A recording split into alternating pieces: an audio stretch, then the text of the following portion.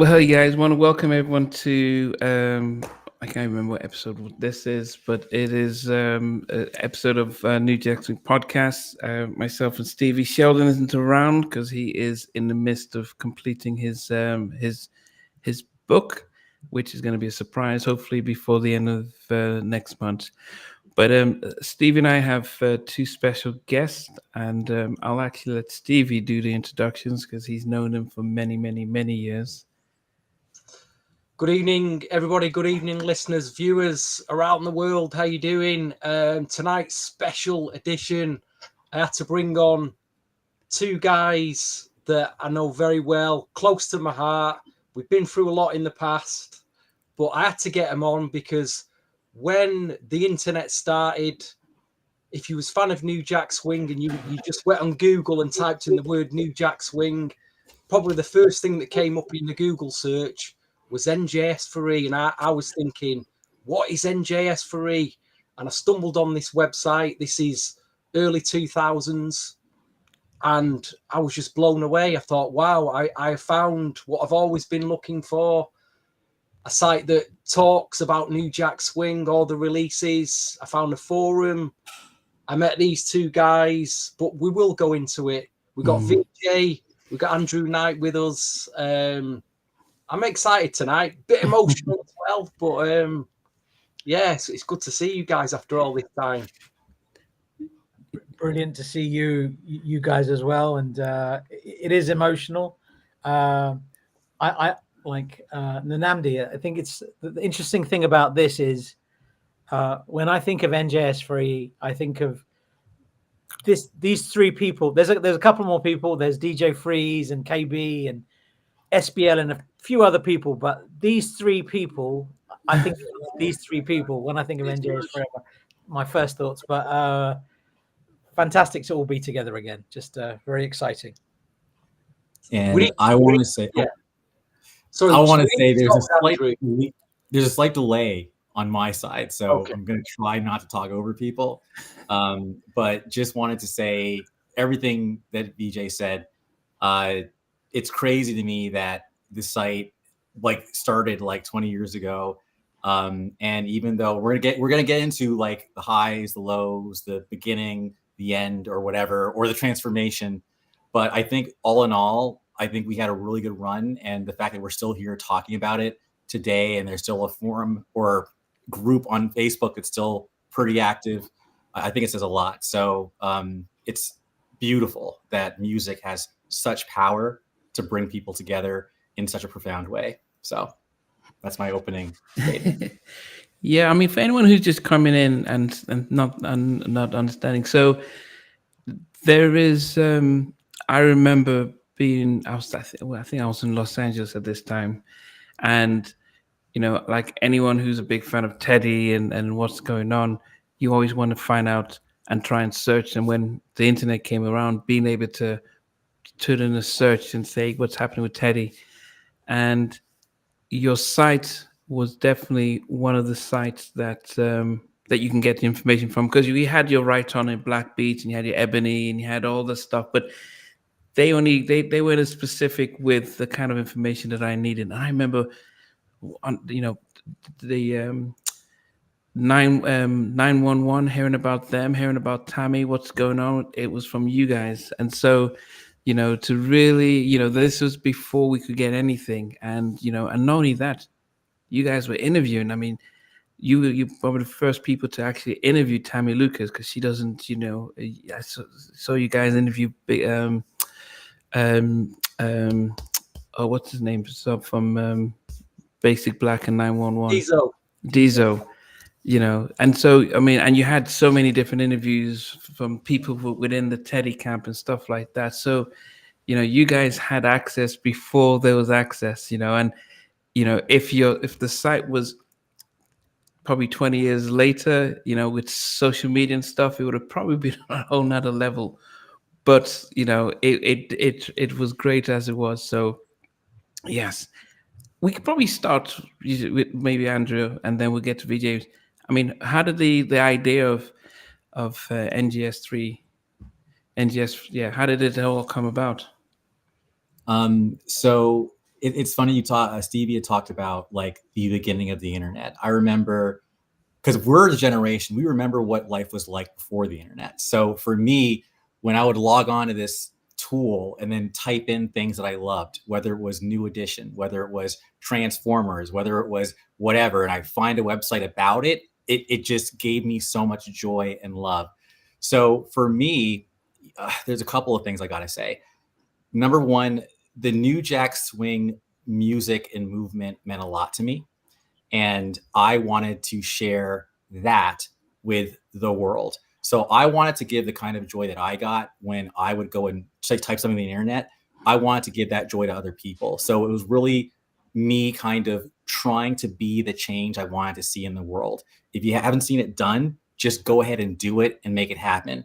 It was almost like sending a satellite out into outer space looking for signs of intelligent life or other people. So when I was getting hit up by, Shy Portrait, who I see in the chat, when I was getting hit up by DJ Freeze, when I was getting hit up by other people, then I was like, oh my gosh, I'm not the only one. And who knew that this music was beyond just the US? Like, I didn't know that, So basically from there, I made the forum because I wanted to be able to kind of give people a place to hang out once they visited the website. But ultimately, to answer your question, I just wanted to be the change I wanted to see in the world. So if no one's doing it, go ahead and do it and see what happens. Wow. But VJ, how did you meet up with Andrew? I joined NJS4E as a forum member, and I guess it just grew. I mean, obviously, New Jack Swing is a big part of all of our lives. I met so many kindred spirits, meeting Stevie, Nathan, DJ Freeze, people like DJ Blade, Andrew, KB. I met so many people that I connected with, and that's what it was about. That's what I felt New Jack Swing was about. It was about connecting people, and we're all geeks. That's what we are. We're just all geeks. We just talk about music. I had a jam session like with some friends last weekend, and we spent 7 hours listening to and just talking about music. That is exactly what NJS4E was about, the forum side anyway. We couldn't wait to get back on to see what answers and questions there were, what people were sharing, because we were learning about music. This is the early days of the internet, so it was very interesting. And then artists started contacting us about different things. Dizo and Rob from 911, they had asked me to be their manager. They wanted 911 to come back. Wow. So that was interesting. That would have been interesting. I would have loved to have seen them blow up, because 911 are probably the most unsung group ever. Maybe in the land of R&B. Intro had asked the same thing. They wanted me to be their manager. So there was different things that were coming up, and I think NJS4E it was about connecting people that needed different things. Sure, there was the forum, but there was more than that. And then on top of that, we had events. So we started doing parties. Stevie was a DJ at one of the first ones, and that was a brilliant night. I remember, all I remember is a very rare Key West Uptown promo, flying on the floor and thinking, oh, it was funny. It was a lot of fun, and we had a lot of fun together. So events, we've done parties, we've done a few concerts and a few bits and pieces, but that was what NJS Forever was. It was just about connecting people and like-minded music people. And for us, it was validation when we realized that a lot of people that we were fans of, they loved what we did. And that was the best thing. And that's what NJS Forever was about. I do want to jump in really quick as well, because there is a sociological element as well. So I want to try to not take too much time, but I want to bring light to it. So one of the reasons why the New Jack era meant a lot to me was, growing up as a Black person, just keeping it real, in Canada, which was not a very diverse place. I wanted to see kind of Blackness be presented sociologically in a more uplifting light. I think in the 80s, it was very much kind of excluded. It was more about we're going to tolerate your presence. We're not really going to like include you. But then kind of to take the quote from We Got Our Own Thing from Heavy D, it's like, we have our own thing and everyone's invited to this party. So between the years 88 and 92, you saw a lot of things happening in pop culture where it was a lot more inclusive. You had Arsenio Hall, who was a talk show host, who was bringing all these artists who weren't going to be played on Carson or whoever. You had on Thursday nights, prime time, you had Cosby Show and A Different World. You had, basically right before 92 and 93, when kind of gangster rap took over and basically blackness kind of became the N-word, B, ho, weed, there was a more kind of uplifting, positive vibe. And I just felt like NJS didn't really get, for me, in my opinion, a proper burial because it was kind of over. So I made the website to basically celebrate that spirit as well, because I do think it's important to understand that blackness should not be defined by just gangster and weed and all that stuff. It actually has a more three-dimensional, upwardly mobile, black college, whatever kind of vibe. So that was also a huge part of why I made it. And I did a year-by-year history on the website as well. Last but not least, I wanted to also give a good segue to the forum, in that Stevie, was, I would call, like the spirit of the forum, because he was there to make sure that the interaction was there. He was there to make sure that there was real community. I got to shout out Mellow 75 really quick. I got to shout out a couple 97's Browns. I mean, there are people in there who were a big part of what made it special. And because it had to be more than just a commercial thing or even a geeky thing. It had to be a love thing. And I want to just kind of pass the microphone over to Stevie so he can elaborate more on his experience in the beginning. Can you remind me, before I even got into the forum, I can't remember the person who was putting up the photographs and doing he was doing album reviews. It wasn't in the forum, it was on some of the pages. I forgot the person's name. Well, I mean, I will say, an artist page, weren't there? You go on the artist page and there's a photograph and there was like a review of an album, and I can't remember who did that. I mean, I will say I was doing most of that stuff, but I'm gonna hand it over to you anyway. But yeah. But Stevie, before you say that, can you show them the album that VJ just sent you? Because to show you how deep these guys are with their stuff, I mean, yeah, VJ sent me this in the mail. It's a Kids at Work 12-inch that I've never seen before. Can you imagine that, guys? Oh, and it's not, the tracks are not even on their album. That's Leveba, as you pointed out earlier, VJ. But yeah, I mean, that's the sort of stuff I was digging for. You'd come on the forum and you'd find out about albums and 12-inch singles that you probably never even heard of. So that was one of the great things about the forum, as well as all the other members that were on it. It was just a whole network of people sharing information, getting on with one another.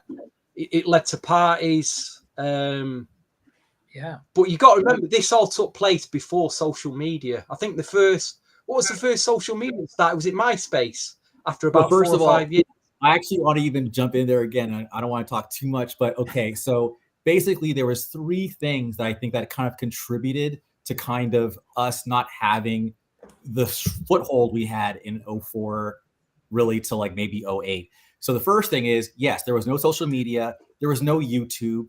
So basically, the first thing was I also found these videos online from some other website that they weren't being publicized. It was just like a bunch of music videos sitting somewhere. So I went ahead and took the links to those music videos, embedded them on a page, and basically this was the first and only place you could watch New Jack Swing videos. I would actually find them with some other one. That was first thing. YouTube came along. No longer we no longer have the exclusive on that. Secondly, we had the year-by-year history and all of the bios of the artists. Okay, Wikipedia comes out. So basically, if you want to look up, learn more about the artist, now you can go to Wikipedia, right? And then finally, social media. The forum was the place where all the people would come. First, there was MySpace, then there was Facebook, and then basically people were going to go, and we actually got with the times and we moved over to Facebook as well, which is where you can see us. But between Wikipedia, YouTube, and Facebook, that's what kind of it diluted us, but we were there before all of that. So yeah, you know, the forum. I mean, that was it. It was forums back then, wasn't it? We'd all log on to these, whatever you was into, you'd log on to a forum, a message board, and you know, you'd post away. And I think what really kind of destroyed the forum was the hackings, because there was hackers around at the time who were just hacking forums, you know, and that hit us hard. I remember after a few years, severely hit us hard, you know. How did you guys get the attention of the artists? I mean, because if you think about it, you know, the Teddy's team and all the producers and those artists, how did they know what you guys were doing? I'll talk, and then I'm going to hand it over to VJ, because I think that was really kind of his specialty. But I will never forget the feeling in 2002, maybe it was 2003, but Bernard Bell actually wrote out to me. He reached out to me. The legendary Bernard, rest in peace, yes. Bernard. Oh. Rest in peace. He wrote me. He was the first one to give me an interview. And he basically said, look, I love what you're doing. Like, it's so beautiful that you are celebrating this music, but it was more than just Teddy. And I want to make sure that everyone gets a chance to have their, you know, have their story told. So there's his interview is still on. I still actually have the very original website. It's like an Angel Fire site. It's like so old. If you go to NJS4E.net, I believe it's still there. But yeah, he talked about, you know, just working with Tammy Lucas. He talked about High Five, I Like the Way. He talked about Remember the Time with Michael Jackson. So he was the first. But I think from there, when you got one artist, and then I think Aaron Hall talked to another, so we had a lot of associates. Zatman, I want to shout you out if you're out there. Zatman was the one who also got Aaron Hall and then Teddy for the first time. And what's really cool, and this is a good segue, is that was the first time I'd actually met VJ. So we're talking, I want to say August of 2005 at the Greek Theater in Los Angeles. And we actually had dinner, and not dinner, but like we went and ate at like Mel's, I think, on Sunset or something like that. But yeah, but then from there, I think, you know, while I was holding it down on the website front and just trying to keep that going, I think VJ was more about kind of taking it off the screens of the internet and into real life. I'm hand it over to you, man. Yeah, I think the beginnings of NJS Forever was very interesting. Like with, you got to remember, with artists, they're fans of the music too, so they're trying to find out things about New Jack Swing online. Back, this is before, you know, early days of the internet, and I had there's a lot of people that came up to all of us. Came up to Stevie. You would have had a lot of people interact with you. With all of us, we just had a lot of interaction with artists, and I think we were like, for a little while, I think we were geeking out because we're like, oh my god, we were kids. Yeah, we were kids ourselves. So you know, this person or that person's reached out to us, like that concert in LA at the Greek Theater. Who was the lineup? You had phenomenal lineup. Yeah, it was. I think so. Guy was the headliner, and it sucked because they actually had to cut it short because it was Guy was headliner. Gerald Levert was there. Rest in peace. Belle Biv DeVoe killed it. They were there. Wow. I'm forgetting somebody. Amazing performance by Belle Biv DeVoe. You know, Belle Biv DeVoe, they were just amazing. So, John, I think was Johnny there? Johnny was there. Casey and JoJo.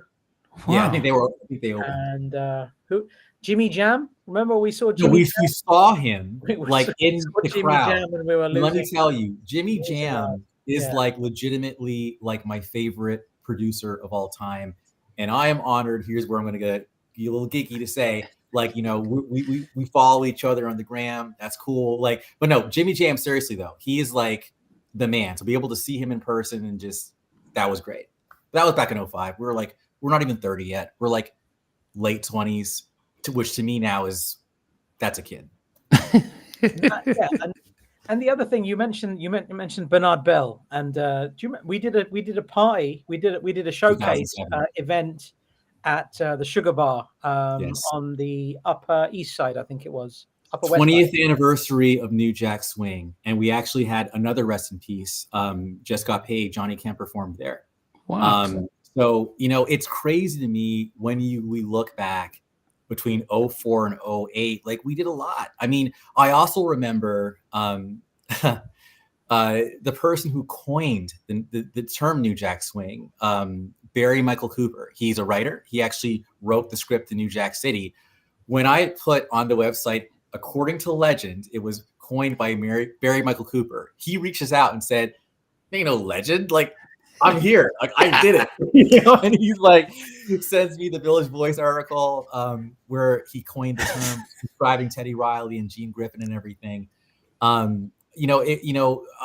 Jeff Red, we got to give him love, you know, because he was definitely, I think, a big supporter.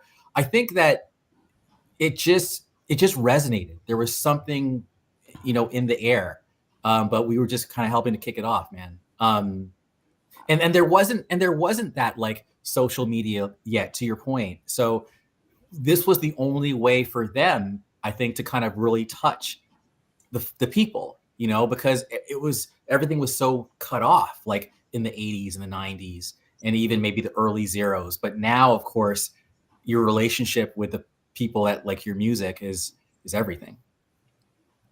The site did start at that 2000s period. It did start a mini revival. I remember there was a couple of releases come out on Universal. There was the Bobby Brown Gold double CD. You did the notes for that, and there was a New Jack Swing Gold double CD. And I to this day, if NJS4E wouldn't have been there, then them releases wouldn't have happened. Oh, fantastic releases! Really, really good albums. Oh my God, where's it talking about? So I gotta also give props to a gentleman named Randy O'Kelly. He was also very, very validating. Summer of 2003. This is literally right after like Barry Michael Cooper reaches out. He's working at Time Life Music, and their goal was to actually put out a New Jack Swing like Time Life music series, which is great because I don't know if you've seen those commercials where it's like Time Life Collectors, the 50s, and they'll have like commercials of the song. And he was working on that. And normally they would go and get copywriters, whatever, that there's in-house copywriters. But when he found the site, he was like, like we got to work with this dude because this guy knows this stuff. And so I was able to write the liner notes for that too. So yeah, I think that it was just about showing people and showing the world that this wasn't like the disco of R&B that kind of came and went. This was actually, it had an era, it had its time, but there are still strands of it to this day, and there's still fans of it to this day. I just rhymed and didn't even mean to. But we just wanted to show people that this was bigger than just a blip in music history. Yeah. I mean, how were you getting the attention of record labels, though? Because there's one thing to get the attention of artists, but the labels, all the labels were sniffing around the site around that time. I remember getting what they call private messages from people.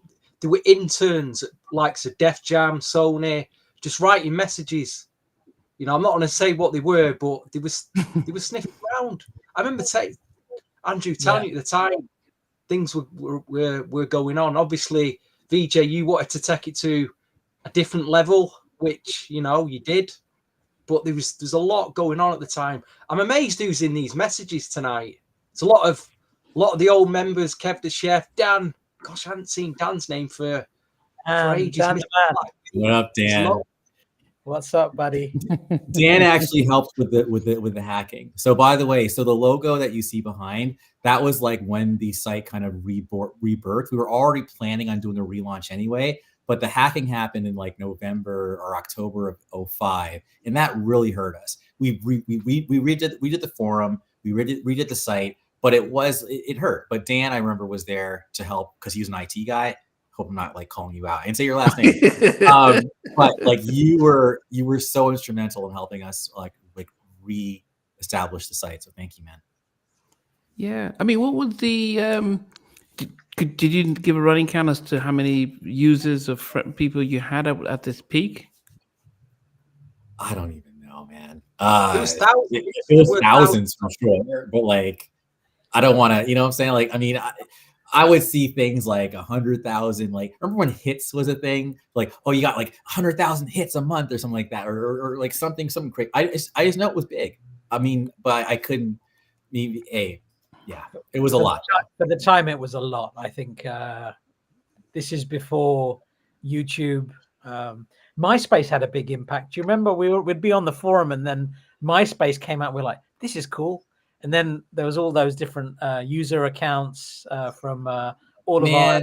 I remember being in the top 8 of like Al B. Shore, and I think even Ralph Tresvant had us in the top 8. I'm like, yes. Remember when top 8 was a thing? Like being in someone's top 8 was like, top 8 on MySpace. Yeah. Do you remember VJ? Do you remember the Dorchester Hotel?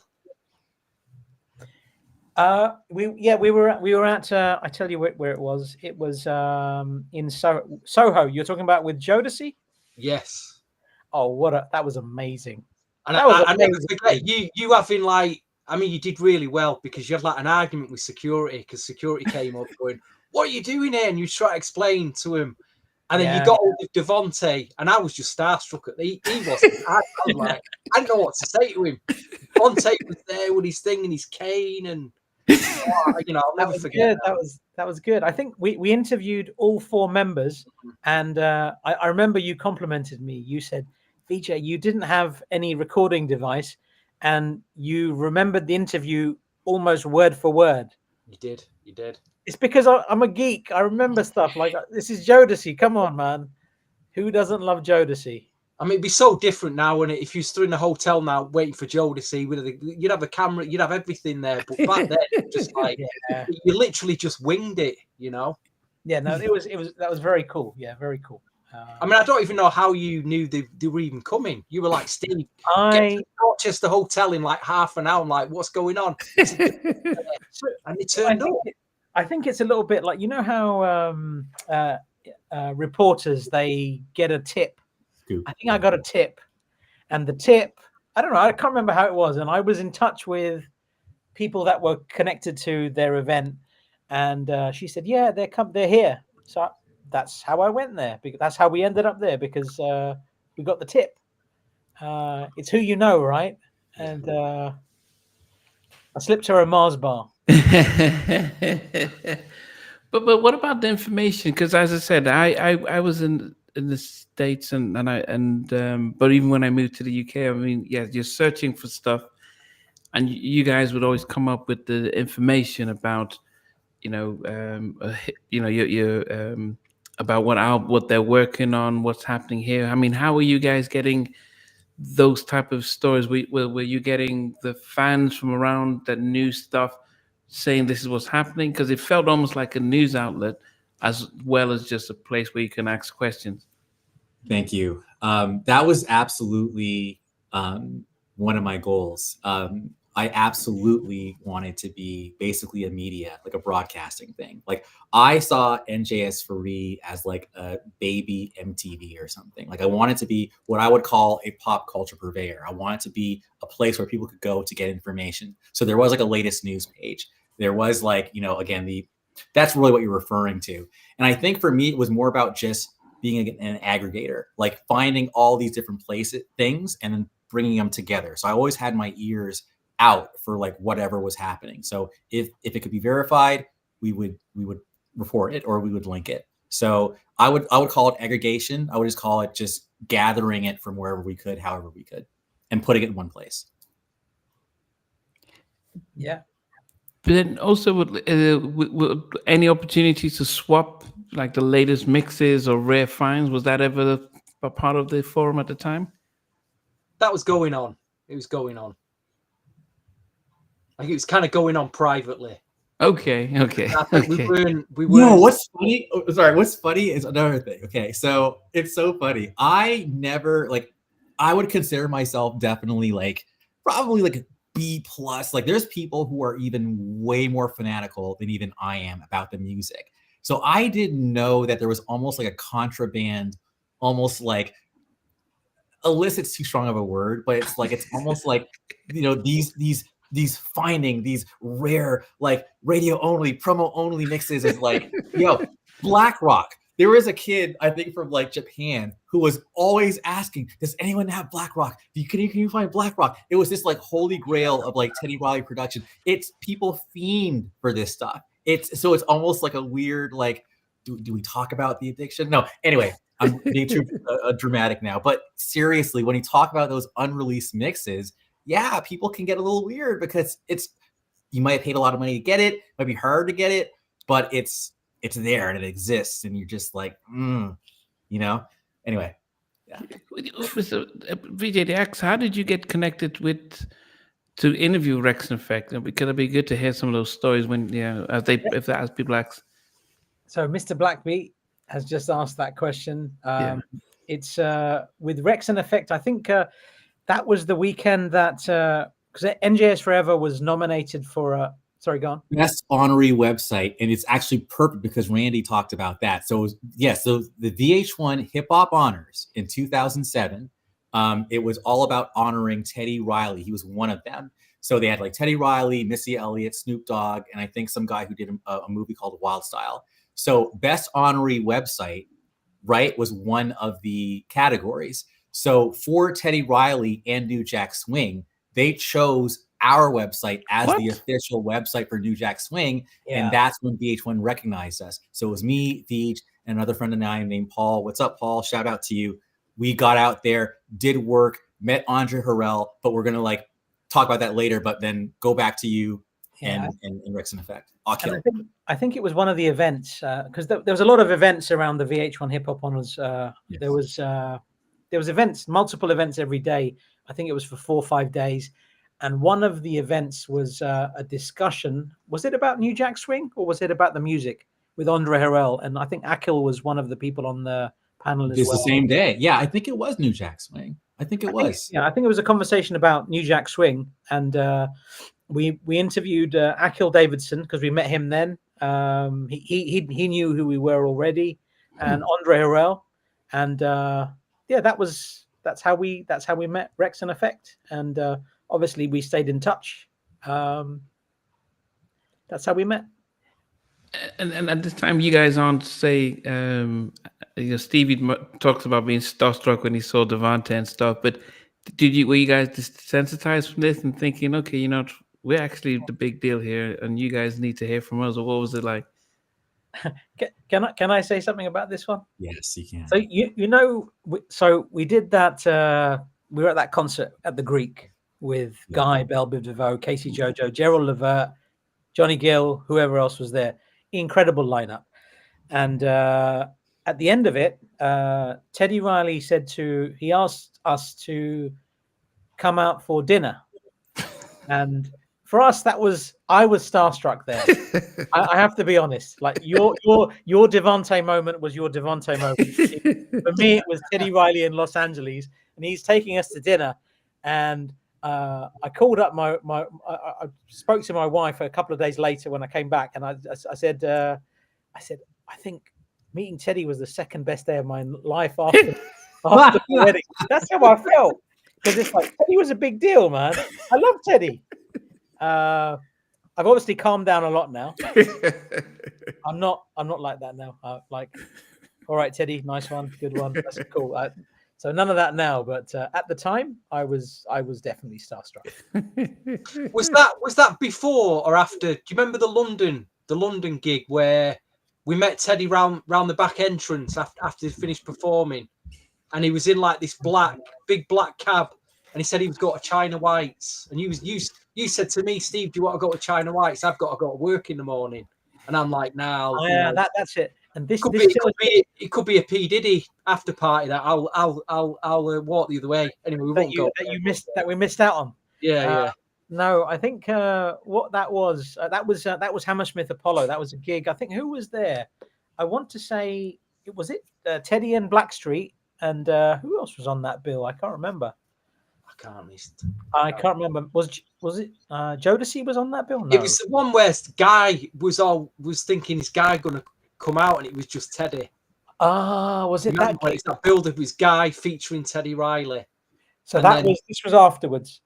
Yeah, and then obviously Aaron didn't and Damien didn't turn out. They couldn't get on the plane for whatever the reasons were, but that was not a good look at the time. I remember. Damage, that was it. Damage were on. The UK Damage was great. Damage was fantastic. VJ, did Teddy pay for the dinner? With the 1-2 checker. He did pay for dinner. Where did we go? We tried to go to Roscoe's, and then we went to Mel's. It was Mel's. It was called Mel's. Mel's. We ended up at Mel's Diner on Sunset. Yeah. Wow. Wow, do you remember every year on the forum we'd have a debate whether we was going to get a new Guy album or a new Blackstreet album, and it never came. I mean, there was a lot of promises for me. Like, out of artists from that era that I wanted to see come out with something, I would have said Jodeci. It never made any sense after the show, the after party, for them not to come out with an album, because they had that bonus track on Casey and JoJo's album in '99. Slip and Fall and Get Back. There were 2 Jodeci tracks on there, and they were still working, and they did all those tracks on Don't Be a Menace and other soundtracks, High School High, and they just promised it, and then it just never came out. And who did we speak to? We spoke to Jeff Red. Was telling us when we met out in LA, Santa Monica, another trip. We met Jeff Red out there, and he said the problem with Jodeci is Devante is too much of a perfectionist. That is what the problem is. The music is ready, and I've heard lots of Devante unreleased bits and pieces, but it was ready. Just drop it. Just release it. What are you waiting for, man? And it made no sense. That blew my mind. I could not comprehend that. That was like I think my brain exploded from that. I just didn't understand it. Did you guys stick to New Jack Swing? Because there was a lot of stuff on Uptown that probably, hip hop soul. There was a lot of R&B stuff. Did you guys say no? We have to stick to the New Jack, Teddy, and the Uptown stuff, or were you allowed to branch out? So I just moved my head a little bit. You'll see it says New Jack Swing, hip hop soul, and I think pop R&B. I think I said there. So it's like, no, okay. I don't think we were locked into it. I think we actually had like a core, but then we would break out because I think hip hop soul, and this gets into kind of a debate in terms of what's considered New Jack Swing versus what's considered hip hop soul, that kind of thing. But no, I think that we definitely try to understand, there is a through line. There is a connection between all these genres, because I do think that a Mary J. Blige is absolutely, part of the story. But I think calling her New Jack Swing, in my opinion, would be a bit of a stretch. I think I put her more in the hip hop soul camp. Who's that? Well, you did expand. You expanded the forum. Mary J. You expanded it to include. Yeah. It started off as New Jack, and then it went hip hop soul, and it got to all other bits. So it did expand. Looking back, definitely, and I think that was part of it. Like anything that was related to that, and like even with the parties, like the parties that we did. Do you remember, Stevie? We did them, and the foundation of those parties was New Jack Swing. We'd play a lot of New Jack Swing, but then you'd play 90s R&B, hip hop soul. There'd be golden era hip hop. And there'd be a sprinkling of like 80s soul, like Roses Are Red, like Mac Band. I specifically remember that getting a big reaction from the crowd when I was there in March '07. So absolutely, we got it. We love music at the end of the day. I kind of want to jump back to your question though about being starstruck. I will say, for me, one of my favorite memories was in Chicago when there was a concert featuring Bobby Brown, Boyz II Men, and Johnny Gill. And we actually met and interviewed Bobby, and he was so down to earth, so cool. We had the privilege of meeting Pops Brown, rest in peace, and even seeing who was going to be his wife, but she was his manager at the time. And that was one of the realest, like a better microphone setup for that, because I think that interview, like we got a lot out of him in terms of like what he liked. Like I think Till the End of Time was his favorite song he talked about. We brought the song Tap Into My Heart, and he seemed to really like appreciate the fact that I'm like, what happened to that song? And what happened to Mystical Magical? Like it was just a really, really good. What did he say? I gotta go watch the video to remember. But He lost said it's the not going to video. come out. He said, I don't think it will come out. Yeah, but it's like it's good. It's there. Yeah, but you know what? Never say never. I do think these things can happen. But I just wanted to bring up, for me, like, Joe is definitely Guy, like that Guy. Like it's kind of like nucleus groups. Like for him, I would say it's probably Guy. For me, it's New Edition. So if it's Bobby, Ralph, whoever, I'm like, holy crap! Like I'm meeting you. Y'all are my idols. Like y'all have like helped like craft my identity, and now I'm talking to you and we're just breaking bread. Love it. And another thing about that Bobby Brown interview, and I have to say, you haven't asked this question, but if I was to say who the nicest person I've met, it's Bobby Brown. That man is an angel. He is the most beautiful spirit ever. Absolute, lovely, just beautiful. Yes. I couldn't say one bad about Bobby Brown. The best, and so kind, and that was funny. I remember also like the idea was we weren't going to get any video, just audio. So we start doing the interview, and he just turns the camera around. He's just like, whatever. He was so down to earth and so cool. And I think Johnny kept coming over and giving him a hug, almost like, yo, like if you need me to save you, like let's go. And like Bobby's like, I'm good. Nah, I'm good. These guys are cool. It's all good. And then we just kept going. It was a beautiful interview. What do you think happened? What do you think was the reason back then that people trusted you guys? Because they don't do it. They don't trust. The same reason how why hard it is for me trust today. halftime chat, Namdi, because it's strictly about the music. Good answer. Yeah, because I know it. You do watch a lot of them. They don't trust. So I was just wondering. But back then, I think I'm fortunate to have during lockdown, a lot of people were doing this stuff. But back in those days, if you went from Ebony or Black Beat or one of these recognized establishment, did they realize that you guys were fan based stuff and you're really about the music and really promoting and supporting them, and they weren't worried about you trying to find dirt? I think so. I think there was a track record. They could type in NJS Forever, poke around the website, and then go, oh, okay, yeah. And they could also see, oh, you've already talked to so-and-so, you've talked to so-and-so. Okay, cool. Like, I think we would pass the sniff test. But I think to your point, like Stevie, again, yeah, we were never about the gossip. And why? Like, no, it's about the music. And Andrew, do you remember during that interview, the one in Chicago with at the Bobby Brown concert?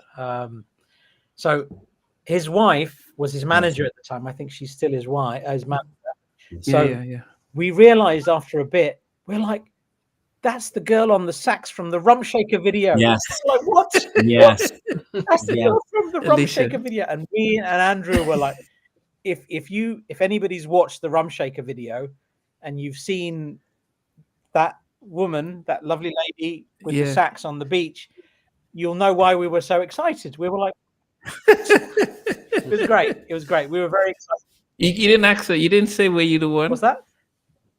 You didn't ask her. Are you? You didn't bring it up. We didn't bring that up. But he ended up marrying her shortly after that. Like I think a few years after that, which was crazy. Beautiful. Yeah. The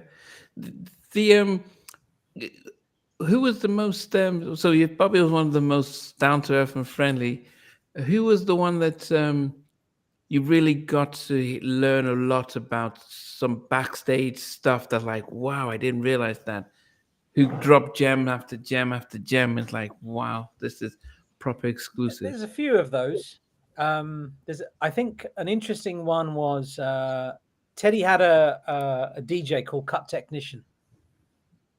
Oh, I didn't even think that was, I think, Cut Technician. Well, that was on the Hardest Move album. We can hear them, but there's a real crew. I just thought it was just a phrase there. Cut Technician was a guy called Steve D, and he had some fascinating stories. Oh my God, he had some fascinating stories. And I don't think it's the right place to reveal any of those stories, but they were very, very interesting. Maybe when we switch off the camera, I might. What about Neville Hodge, VJ? How did you get hold of him? Neville. Again, there's a name that's been forgotten. He shouldn't be forgotten, but Novelle's watching this now. Wow. So he said he's going to tune in. So he's watching it now, or he will watch it. I had a chat with him earlier. Novelle's one of the nicest guys. Really talented musician. I think of a handful of producers that were there that formed the foundation for Uptown Records. I would say Marley Marl. I would say Albie Shaw and Carl West. I'd say Teddy Riley. And I would say DJ Eddie F and Novell Hodge. Novell Hodge was pivotal to that whole sound. And we met him. There was something with Intro. We were hanging out. I was out with Buddy and Jeff from Intro. And they were working in the studio. And Novell, I'd reached out to Novell, and he said he was going to come down. I can't remember how we met, actually. Somebody contacted somebody, and then we kept in touch. But the first time I met him was in the Bronx, at the studio with Intro. Jumping on your question, I think one of the realest people I met, and I think Deej can also agree with me on this, I would say Jeff Red. I saw him. He took kind of almost like a mentoring approach. I think he really liked what we were doing, and again, he should get credit. I think people know this, but if you don't, he was the one who discovered Mary J. Blige, and he's the one who brought her to Uptown Records. But he was like giving me suggestions like, hey, you should be doing like these, before there was TikTok or any of that. He was like, just do these little video clips and put them up. People just want to see your face. People just want to like whatever. And at that point, like life was just kind of getting kind of real for me, because I'll be honest with you, this is all being done like on nights and weekends, so it was like I had to basically just focus on my job so I'd have a roof over my head and whatever. So, I had to kind of, that's one of the reasons why I did step away from this.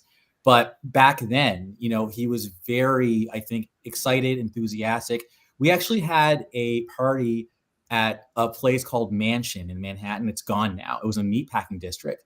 And it was like we called it the Spotlight, as in, the thing from New Jack City. And Barry Michael Cooper was there. I remember, what's his name? Oh my God, Carl Thomas was there.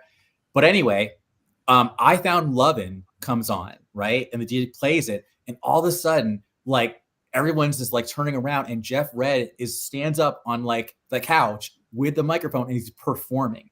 And it was pandemonium. And he did that just out of love. Like, normally, he would just perform for free, but he gave us a mini concert to do I Found Lovin'. I think one other song that he did. And then it was like on mediatakeout.com. This is another, like, it was a gossip site, to be fair. But that site like gave us like, I think we had like, back then it was a lot, but like I think 50,000 views in like one day from Jeff just trying to big up us because it was an NJS4E party. Wow. So I just want to give mad love to Jeff. He was always real and let us hear some music that he's working on. And definitely, I think, just kind of kick game as far as like the industry. So, yeah. Did you guys ever meet? Because one person that we all celebrate but never really got to see him was Joseph Stonestreet. Did you guys have him on your show? Did you interview him? No, we never interviewed him. I think he was in a different space at the time. I think we did have some conversations, but I think he was in a different space. I think he was going through some stuff at the time.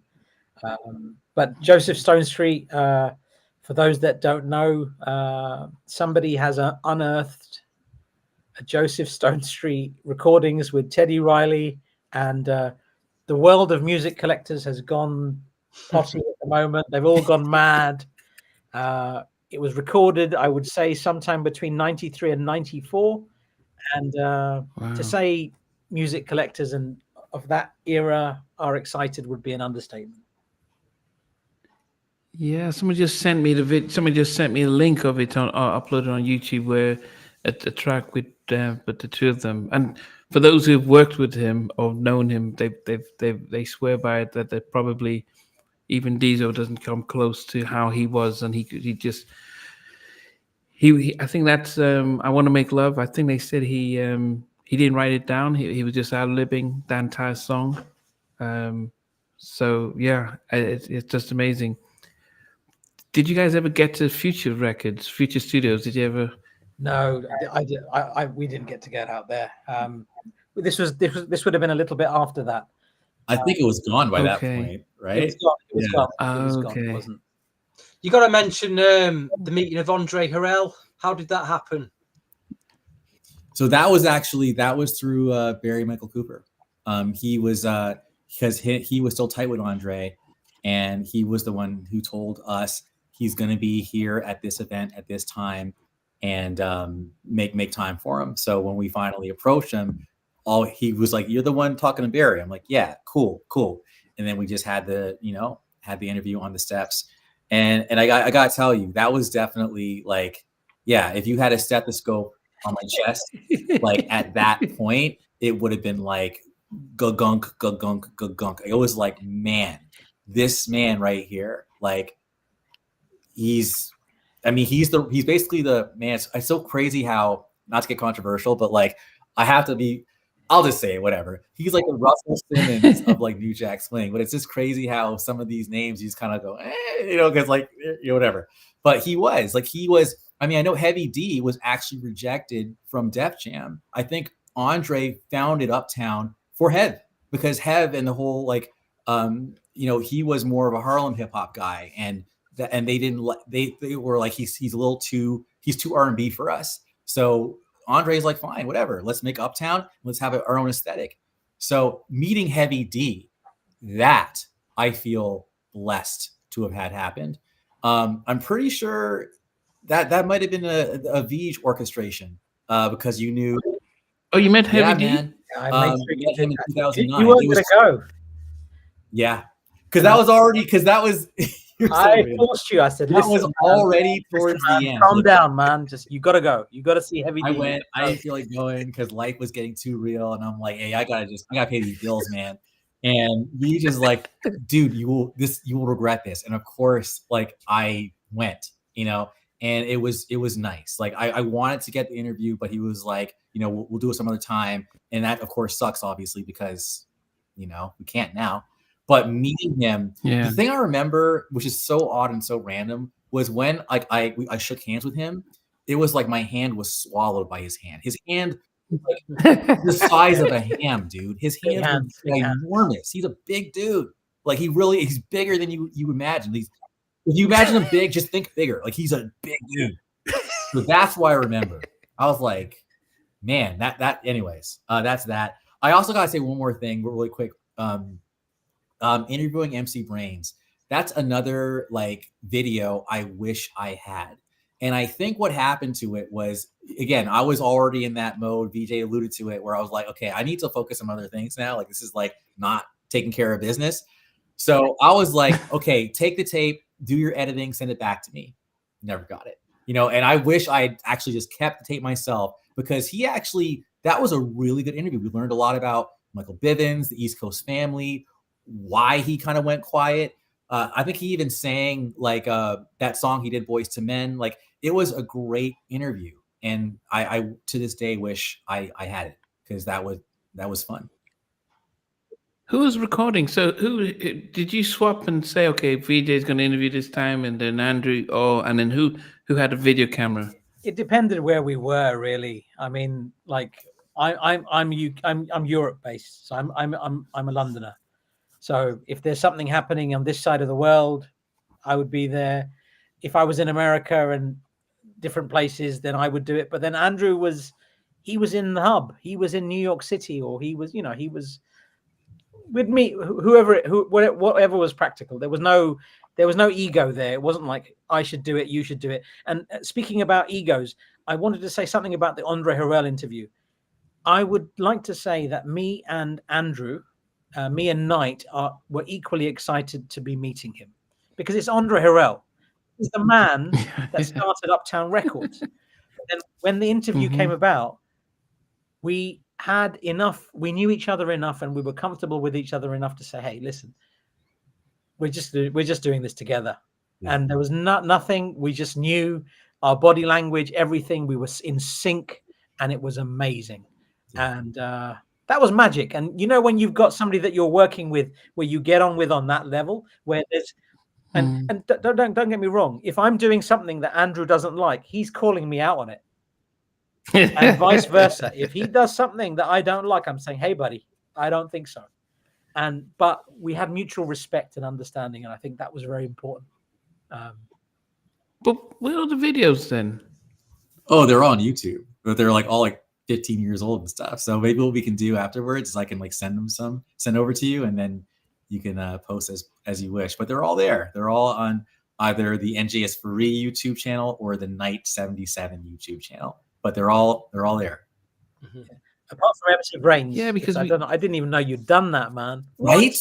That was like tour. Yeah, like I don't have a lot of regrets. And I actually choose to live my life. I always ask myself, what will you regret more if I'm at any crossroads? And I always move away from the thing I regret more. Right. So that's why I don't have a lot of them, but that's one of them because yeah, I think Brains is kind of underrated. I think that was actually a pretty good album. Like, but anyway, the other thing about it, I got to say, though, is even the production values, like that's kind of embarrassing to me now. It's like when you look at those old videos, like it's old. Like you can just see that it's not like sharp. The audio isn't on point. Like there's so if I could go back in time, like again, there would be a microphone, an external mic for the Bobby. We'd do things very differently. We'd do things very differently. Yes. Yeah. Yes.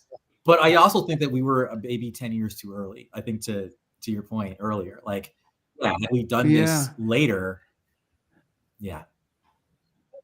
You guys were the first to interview Tammy Lucas, and I would say that of all the interviews I've done, the first time I interviewed Tammy, I was pinching myself to say, "Is this real?" Because I'd never really seen her before. Because she didn't do interviews, no pictures, and so when I did interview her, I was like, "Wow, this is." But you guys had sat down with her. So, I mean, I'm doing mine on Zoom, but you guys had her in the room. Yeah. What was that like? Just say, this is the famous Tammy Lucas that if you're a New Jack Swing fan, she was pretty much the queen of everything. She was, back from Peace of Goodbye Love and stuff. What was that like? How did she agree to that? We were in touch. I think the thing is, like, it's about how you approach things. Like these artists, they all knew it was about the music, and it was about networking and connecting people. That is the key, and that was what NJS Forever was. A big part of NJS Forever was helping people connect with the people that they needed to, and Tammy knew that. So it was a great interview. She's also had me and my wife Monica. We've been around to hers for lemon. She's made this lemon drink, amazing lemon drink at her place, and she's the loveliest person. And I think many people will agree. If there's one artist that we wish could have come out with an album or come out with more music, it's Tammy Lucas. That voice. I mean, it's. I just don't understand it. It's like one of those frustrations. In the interviews, she would have brought it up with you as well, the reasons why things didn't play out for her, and it's sad. It's a sad story, and just something that we'll never get to see, unfortunately. Yeah, I mean, I think Pharrell just came out with his biopic stuff, and he didn't even mention her in the. That is fascinating because Tammy Lucas's apartment in Virginia was Neptune's HQ. Now, if Pharrell hasn't mentioned that, you've missed a big part of your history because Tammy Lucas really looked after those boys, and Pharrell knows that. Yeah. I mean, okay. I mean, we there's always a debate because I know that we part of what we're going to do this evening is look at some of our top 10 favorite albums. There's a debate between what albums contribute. I can't even know the words as New Jack Swing, constitute as New Jack Swing, and what constitutes as an R&B album. But for you guys who started this forum, and I like the three of you, Stevie, you two included, what would you say would qualify to be a New Jack Swing album? for me, it used to be if Teddy did half the production and that's it. But anyway, that's But for you guys, go ahead. This is definitely a Stevie question. Oh, come on. This is a you question. No, because you were like your explanation of what New Jack Swing was always so much wider, and I was like, man, Stevie's nailed it, man. Stevie, it's all you, bro. I was put it down to the production sound and the way certain sounds were in the production, the hi-hats, the way they were. I can't remember, but a lot of it, the tempo and the production sounds, and the way a track is made and the way it swings. During the 70s, 80s, you got disco, which was straight. It was a straight 4/4 beat, and then Teddy come along and then swung. He got his drum it and swung it, and I always look for that on the albums. Like when I've compiled my top 10, it's like I look at the Keith Sweat album, the first Keith Sweat album, I think, how many New Jack Swing tracks are actually on that album if we really break it down? Not many.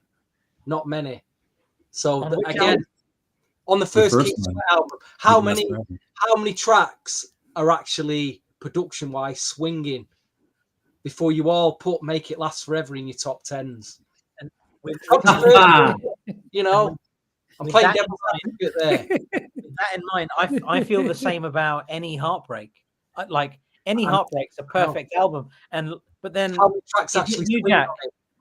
Yeah, it makes my top 10 easily. It just does. But then is it New Jack Swing? I don't know. And I'm not saying anything, but it's a interesting discussion. Yes, and that's I think it's okay to have everyone like kind of have their own opinion, so to speak. But I think mine is looser. It's more about the era. So if it was hip hop R&B, if there's that kind of like hip hop edge, but it's R&B and it's young sounding, and it came out between, for me, I'm really big on the years 88 to 92. And I know in Europe, I feel like it went beyond 92. I might go like 94, 95. But at least in the US, for me, it was 88 to 92. That to me is what constitutes it. So when people say, oh, Poison by BBD is not a New Jack Swing album, I mean, I'm like, that's cool. Like, that's what you think. Like, that's cool. But this top 10 is it's my list. It's personal. And there may be things on here that is not considered an NJS. But to me, if it's from the era and it's hip hop and R&B kind of hybrid together, it's a New Jack album. It's from the era, basically. Oh, so we're saying it stopped at 92. So the Blackstreet album just missed the cut. So it's funny you say that. So I actually, and this is my own headcanon, okay?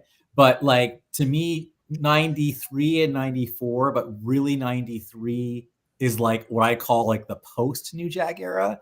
So, and I almost call it like maybe swing beat. So when I think of like 93, I think of like intro is almost straddling hip hop soul to me. But like Me to You, like for example, there was like that group, I consider that post New Jack Swing. Or I also even call it the Attack of the Clones, because that's when you had like Silk, Shy, UNV, Portrait. There are so many artists coming out. It was almost a glut.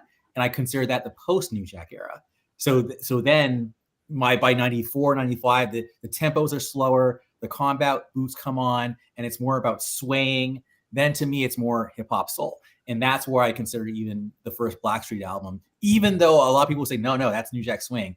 Someone called No Diggity New Jack Swing. I don't know, man. But again, I'm not with that personally, but I've seen people say New Jack Swing, man. Thank you.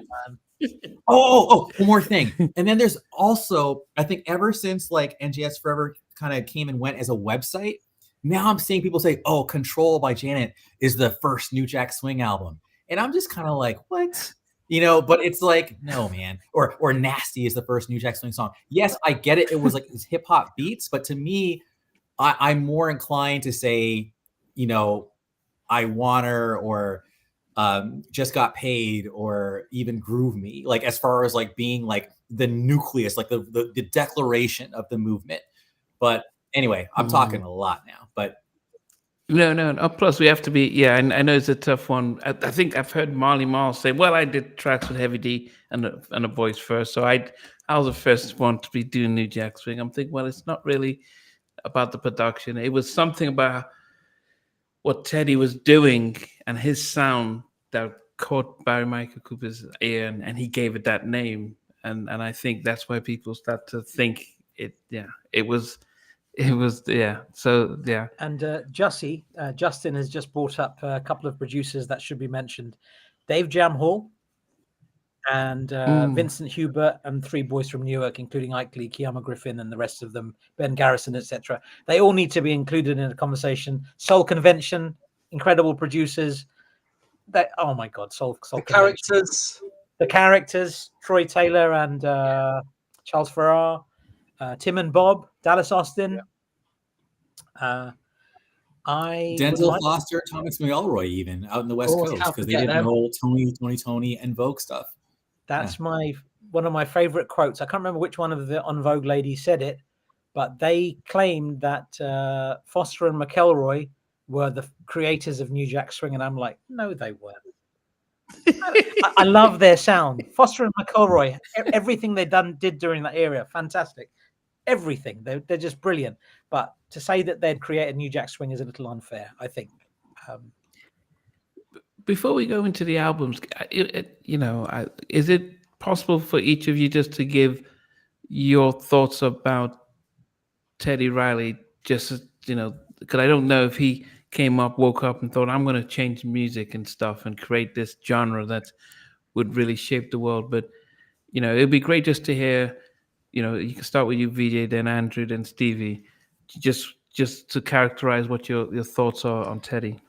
Teddy he's the hub. Everything is spawned off Teddy Riley. To not give Teddy Riley props for his contribution to music generally, and New Jack Swing in particular, would be an insult. Teddy is the proverbial man in that context. And without Teddy, that sound wouldn't have become what it did. There might have been some other variation of it, but Teddy made everything, all those cogs fit together. And Teddy is Teddy. Yeah.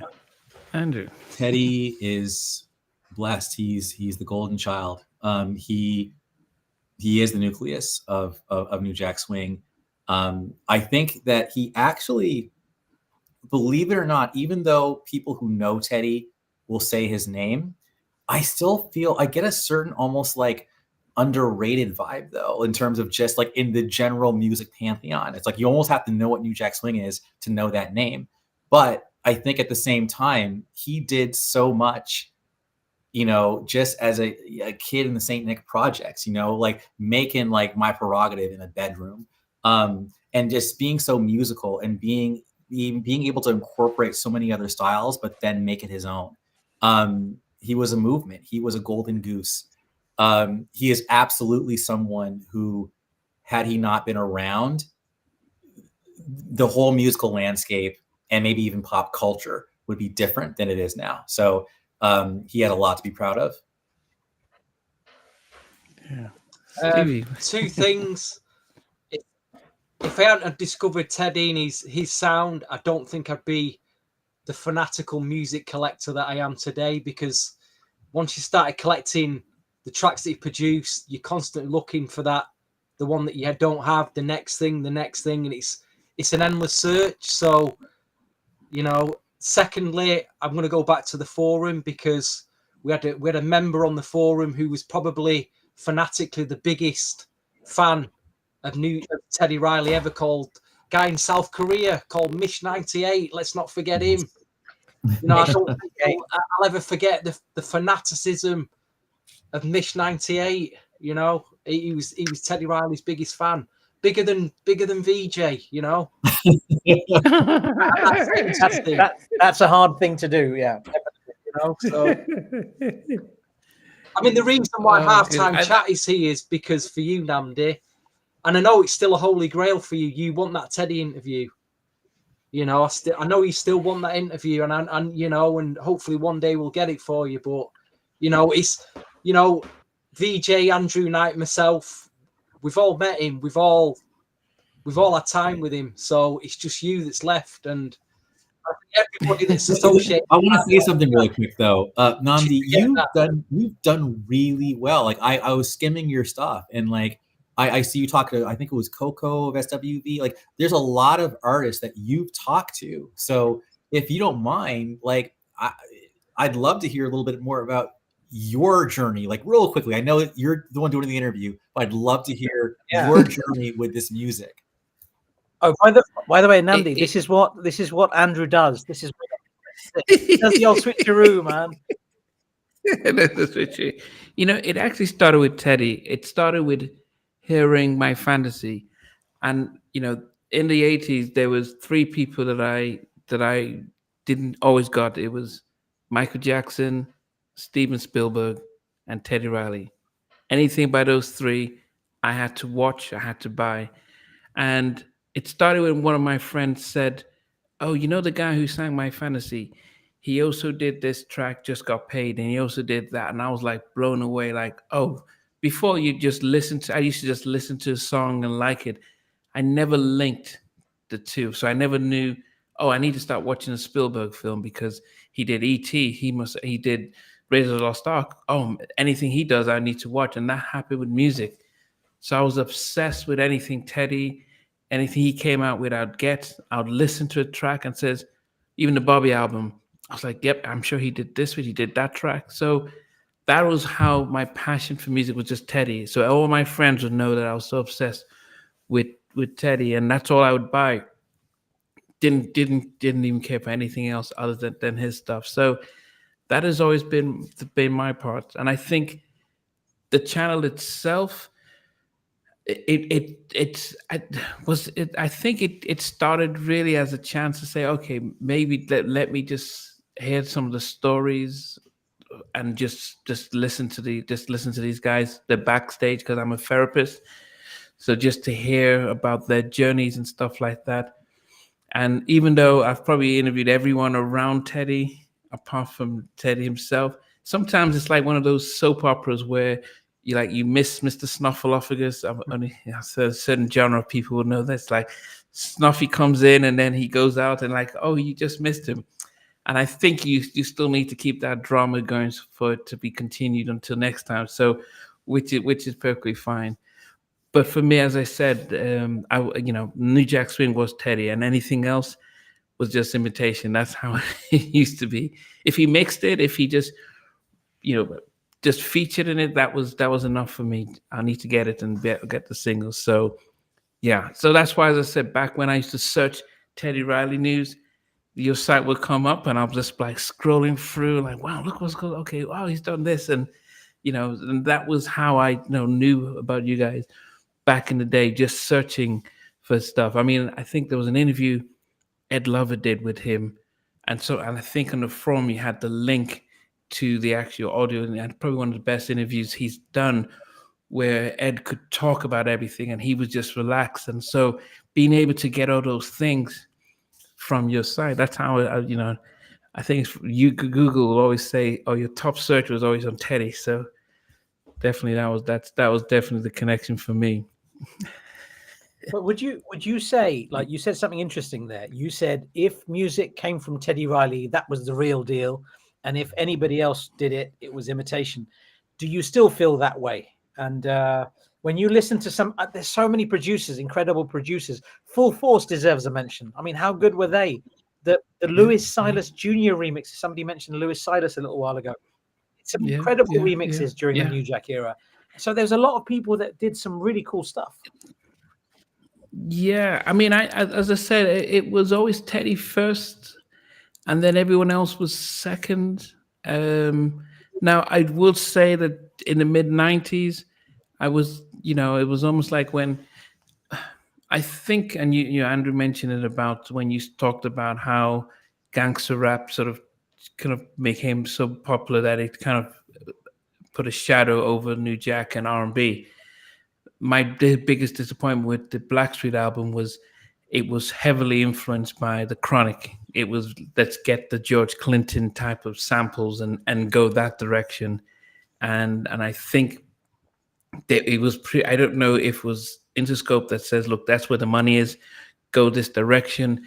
I think that was when, and then Teddy then started, then it was the sort of bad boy sort of thing, oh, let's go this direction. So I think unlike Jimmy and Terry and LA and Babyface, who stayed in their lane and continued to just be themselves. I think that's when I got disappointed with Teddy in post '93, post the Bobby album, which I think was probably one of his finest masterpieces. Just that album was amazing, and I think he was in his element. Did the Dangerous, did the Bobby album, did the Rex and Effects album, and he was just on fire.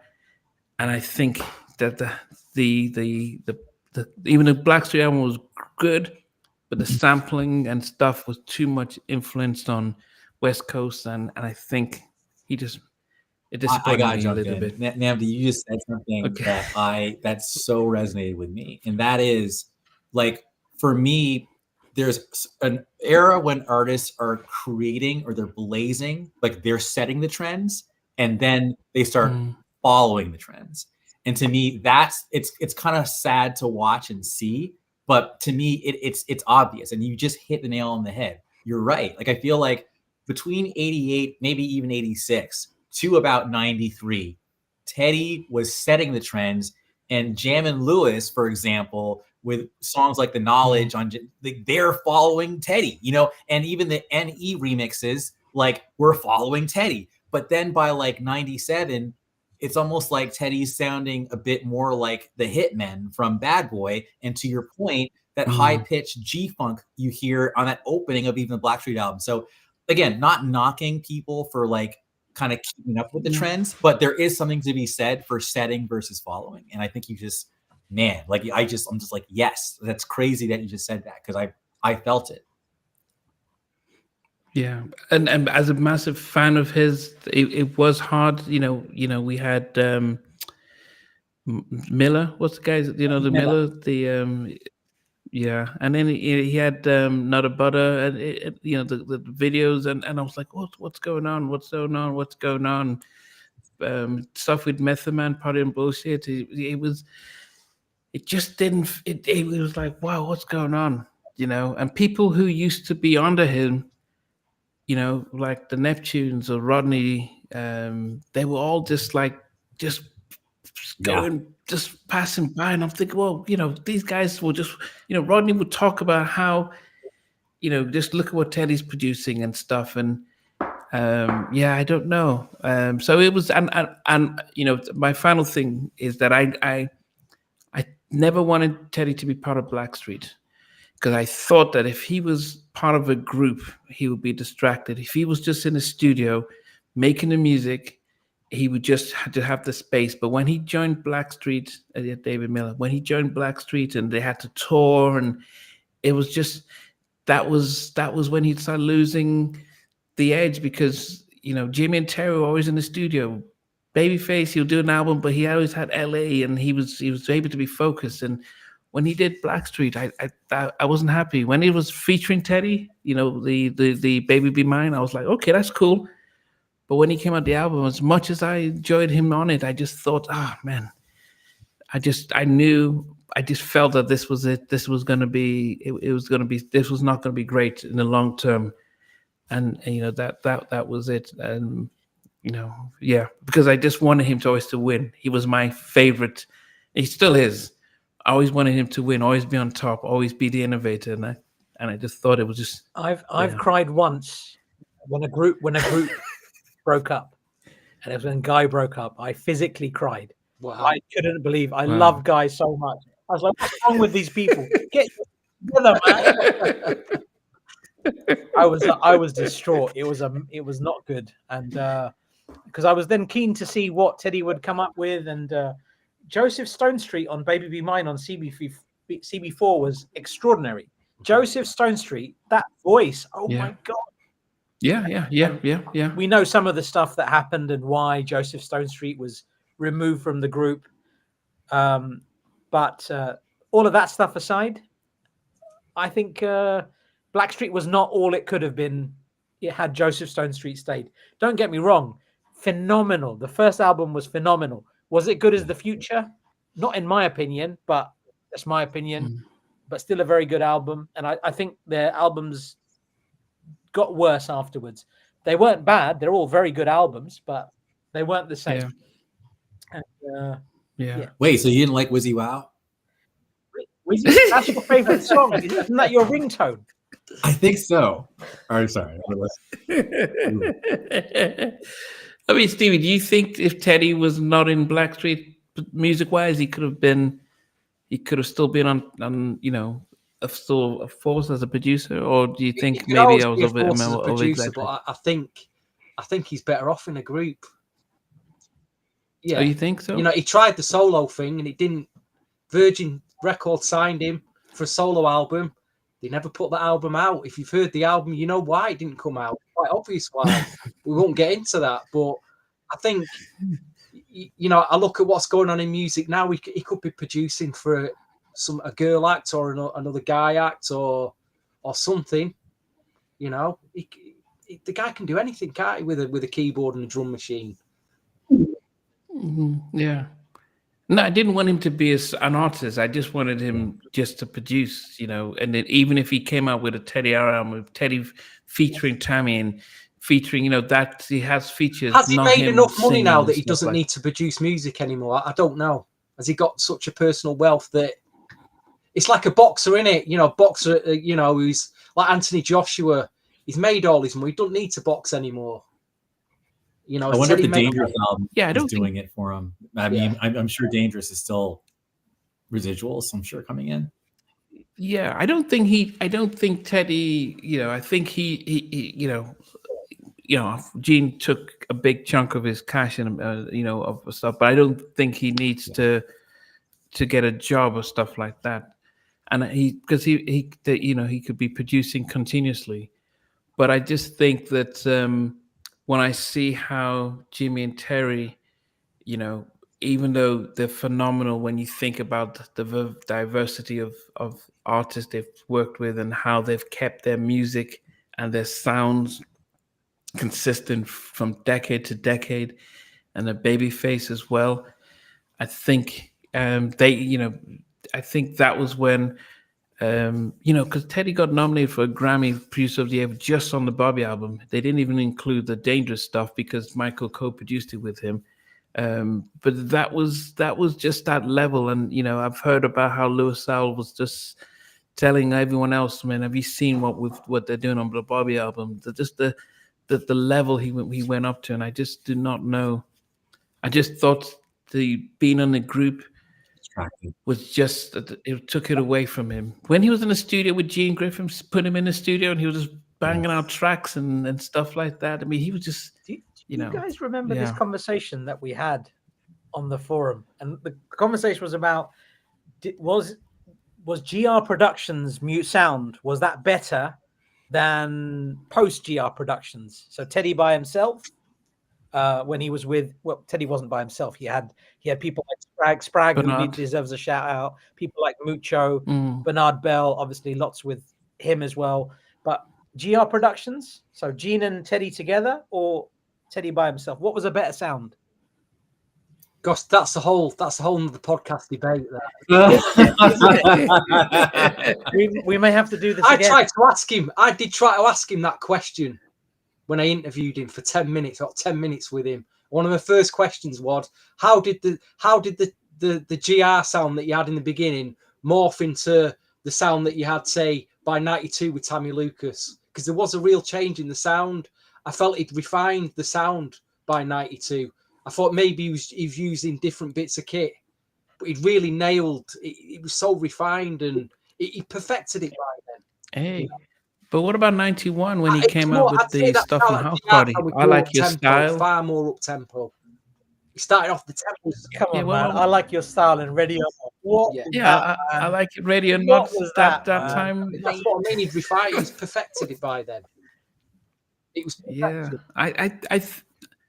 I think when he left Gene, and because Gene was just, who was it? I think the guys from Basic Black, KB, were just saying that watching him in the studio just knocking out tracks, whoever wants, what's the guy? I'm Real. Who was James he? Ingram. James. I never liked that. I was thinking, James, this is not for you. JT Taylor, just you want them, you want the tracks here, just take. And I'm like, no. But when that 91, I Like His Style and Ready or Not, and then he did the stuff with Dangerous, and I think he was just, he was just at 90 with Dave Hall. Sorry, not Dave Hall, Dave Way. The sound was so crisp and stuff. He was just, yeah, that's yeah, yeah. But another debate when we look at the catalog and the impact he had then after he left Gene. Yeah, that would be definitely be another discussion stuff. But let us look at our list, because it's a debate. But so for guys who are just joining in, VJ put out a SOS to the forum to see what everyone had on their list. It's now on Facebook, and it's interesting to see what how you rank their top 10. So, how do you want? How are we going to do today then? So, do you want me to share everything? I think we should do our 4 top 10s, and at the end let VJ do the big reveal of the whole scientific results. And it is scientific. I've as always, I've used a weighted average, so it makes sense. So if somebody has put something at 10, you get 1 point, and going up to 1, it's 10 points. So depending on how you put it, I've had people send me a top 20. People send me a top 25. Anything below 11 gets 0 points, because only top 10. Not fair. How many submissions did you get? I think about 15. Okay. So some shout outs. So this is like Eurovision and the UK are getting 0 points. Exactly. Let's start off with let's start off with Knight. What enters your top 10 album and your reasons for it? All right. Okay. Before I do that, I wanted to acknowledge the comments. I wish there was a way for me to respond, because some of the comments are amazing. They're dope. Some of them are hilarious. Someone mentioned Fruits are all up in the videos, like the Suge Knight reference. I also saw Schwarzenegger. I haven't seen that name in haven't seen that. It's been 2 decades, I think. Long time. I think you're the only black dude I know from Ireland. That's crazy, but I had to acknowledge that. But anyway, your comments are fire, everyone. So thank you for that. Okay, so I don't know if I'm gonna. Do you want me to go? I'd rather go number 1 and number 10, because I feel like I can't defend. No, we'll all do 10 to 1. All right. So it's all okay. Whatever. All right. So number 10, I actually had Ralph T's debut, self-titled, just because you're going to find out there's a pattern. I am heavily New Edition biased, but I think it was a solid listen, and that's number 10. Number 9. Stop. 10. We'll go with 10. We all do 10 each, then 9. Okay. We go around in a circle. You'll get it eventually. Any other reason why you've got Ralph Tresvant at number 10?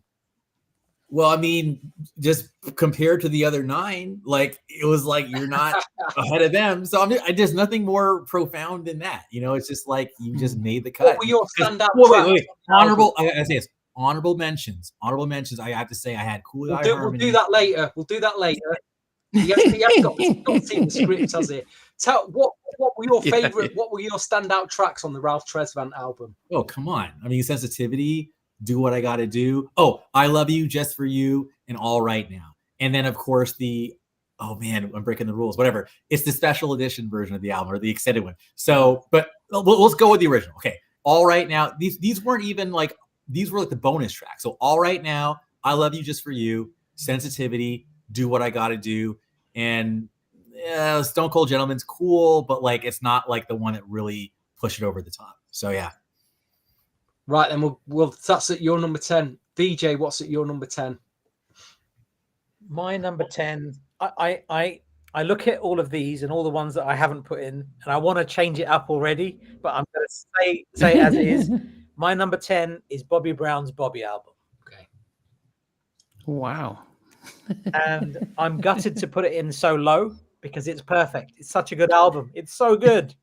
That Joseph Stone Street again. Can I mention his name again? He's all over that. Yeah, Omar Chandler is all over that. Marsha McClurkin, Mary Brown, all of those vocalists, Jean-Marie Horvat, all over that album. Yeah. What were your favorite tracks on it? Yeah. Favorite tracks are, for me, the one that hit me when I first heard it and it just blew my mind was Two Can Play That Game. Not that K-Class rubbish. No, that's not bad either. But it's a different party. Two Can Play That Game. Teddy Riley's production is ridiculous on that. Absolutely killer. And all of the ballads, the contrast College between Girl. College Girl, but LA and Babyface primarily, and Teddy Riley absolutely nailed it. Brilliant. Any cassette singles you can show us from the album? I don't know if you got any cassette singles. Hold on. Bobby Brown. What do we have? Bobby Brown. We have this thing. Hey, see, look at that. He still sealed that as well. The long box. Bobby. Wow. Oh my goodness. What about you, Stevie? No, we'll go with yours. Go with yours at number 10. Like Andrew, mine is Ralph. The debut album. It's yeah, I mean, I like the stuff we did with Girl I Can Control It. Yeah. Love Takes Time. Yeah, I mean, there was it was it was just I just think it was I think if he'd come out first, it would have made a difference, but the pressure was on because BBD and Johnny came out with some heavy albums, and then I think Sensitivity to me was just almost said, oh, okay, no problem. We just bought the album. I think there were some stronger tracks on the album that probably could have really given it this. So he should have come out first and with a more banging track, and then Sensitivity second, because he was probably one of the better albums after the Johnny one. So, but that Ralph album is. Did you know, guys? I am so sorry. I just gotta say really quick. Track on the album. Yes. Well, he wrote All Right Now. I forgot She's My Love Thing. That song, I think, should have been a video. Cat one. Can I mention two songs on that album that definitely deserve some Love? to be acknowledged? The two Carl West tracks. Oh my God, how good are they? Yeah, I can't control it. Ooh, whoa, whoa. Yeah.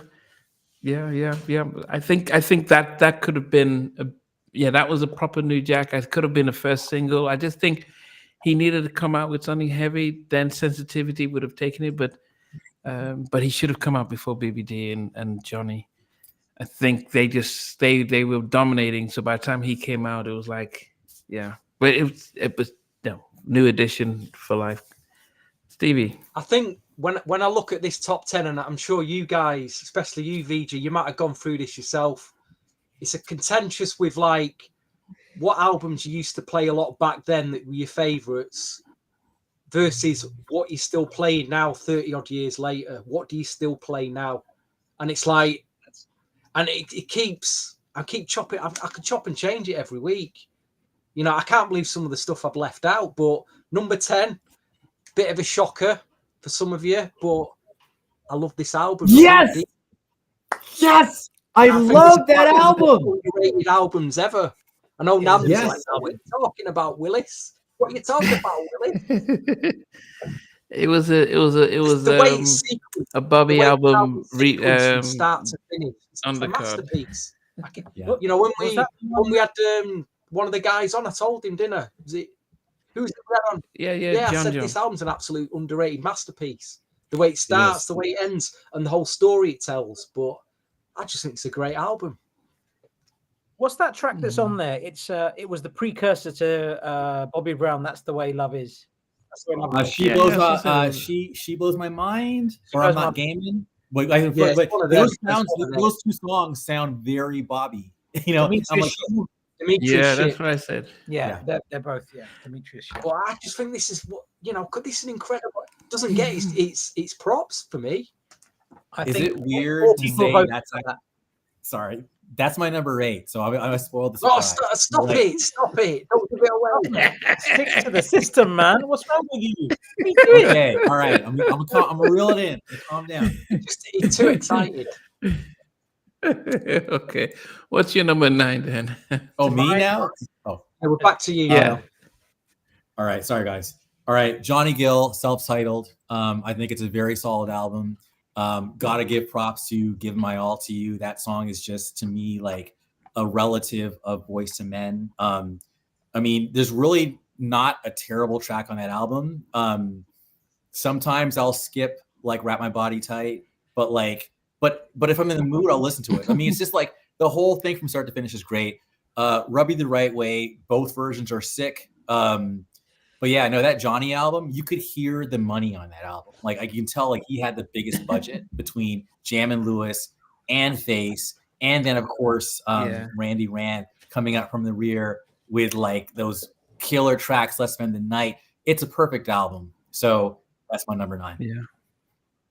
Yeah, we did a top 10 on that album 2 or 3 weeks ago, and it was very hard to really pick in their order because it was just such an amazing album, really a perfect album. I didn't really like Rub You the Right Way, but it grew on me later on. Can I say But something yeah, about that album. That go ahead. I wanted to put it in, but then I thought, is it New Jack Swing? Exactly. Other than that remix, It's hard to say that. How many New Jack? I mean, for me, it's my out of all the New Edition albums we've done a previous podcast. Is it number 1? It's my favorite album, but it didn't make my top 10. It's killing me to say that because I love the album. This album, that album, Johnny Gill's first album, the Motown album, first Motown album, that is probably one of my most listened to albums ever. Yeah. And Giving My All to You was my first dance with my wife. That's the song. So it means a lot to me, that album. So I feel like I suck for not adding it into. You know why? Because like, how many New Jack tracks are on it? 2 or 3 at the most. Rub You the Right Way, only the remix, tight, and possibly Fair Weather Friend. But is that a New Jack? I don't know. It's a great record. About that album again, like Stevie, at one of the parties, you played Rub You the Right Way, the LP mix, and I loved you for it. I said, Stevie, how it was so cool to hear the Jam and Lewis version, because as much as I love the Eddie F and Novell version, hearing the original version in that kind of setting was incredible. So thank you for that. Probably have no idea what I'm talking about, but it was amazing. Right, VJ, number 9. Okay.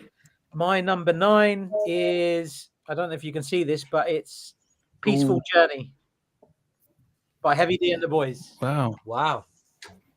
I wanted to put Heavy D and the Boys album in, and I think one for Is It Good to You? That version, if you listen to that at full volume, I remember hearing that in 1991 in a friend's car, and he had the best sound system, and we were deaf. We listened to that for 30 minutes straight, and we couldn't hear for ages after that. Is It Good to You? And another underrated song off that is Sister Sister with Marley Marl production. Now, Marley Marl doesn't get enough props for his New Jack Swing productions, but that boy knew how to turn a beat, New Jack Swing beat. Incredible. And Heavy D and the Boys, Peaceful Journey. I loved it. Absolutely loved it.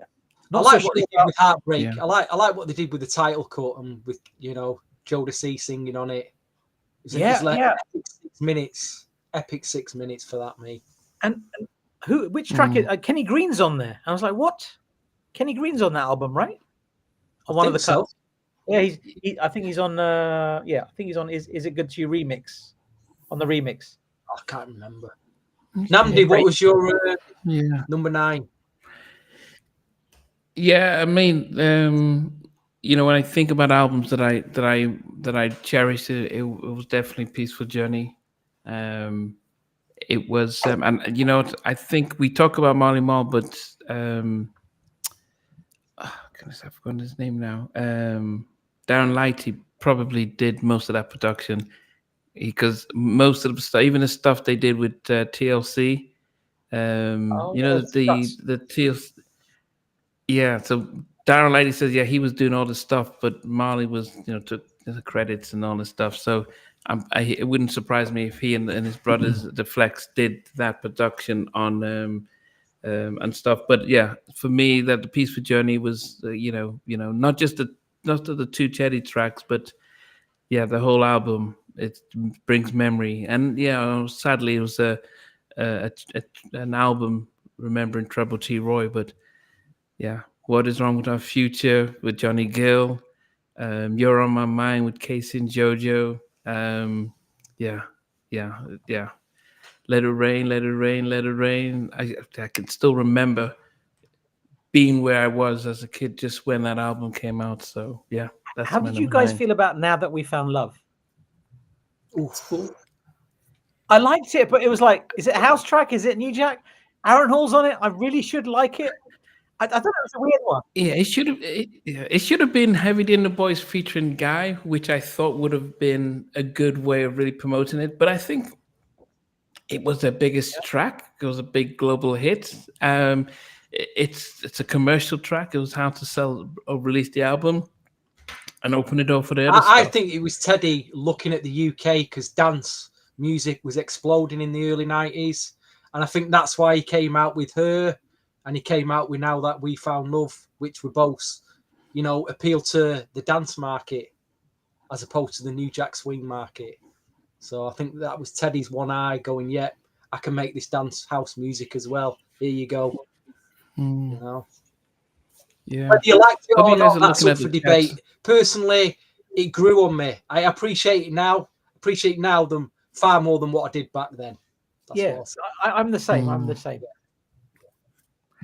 I hope you're looking at Big Mike was talking about Mind, and I think Stevie, you sent me that. Yeah, that's a great album. Yeah, that's some good ones. People have voted for Mind. Surprisingly, like a lot more than I thought.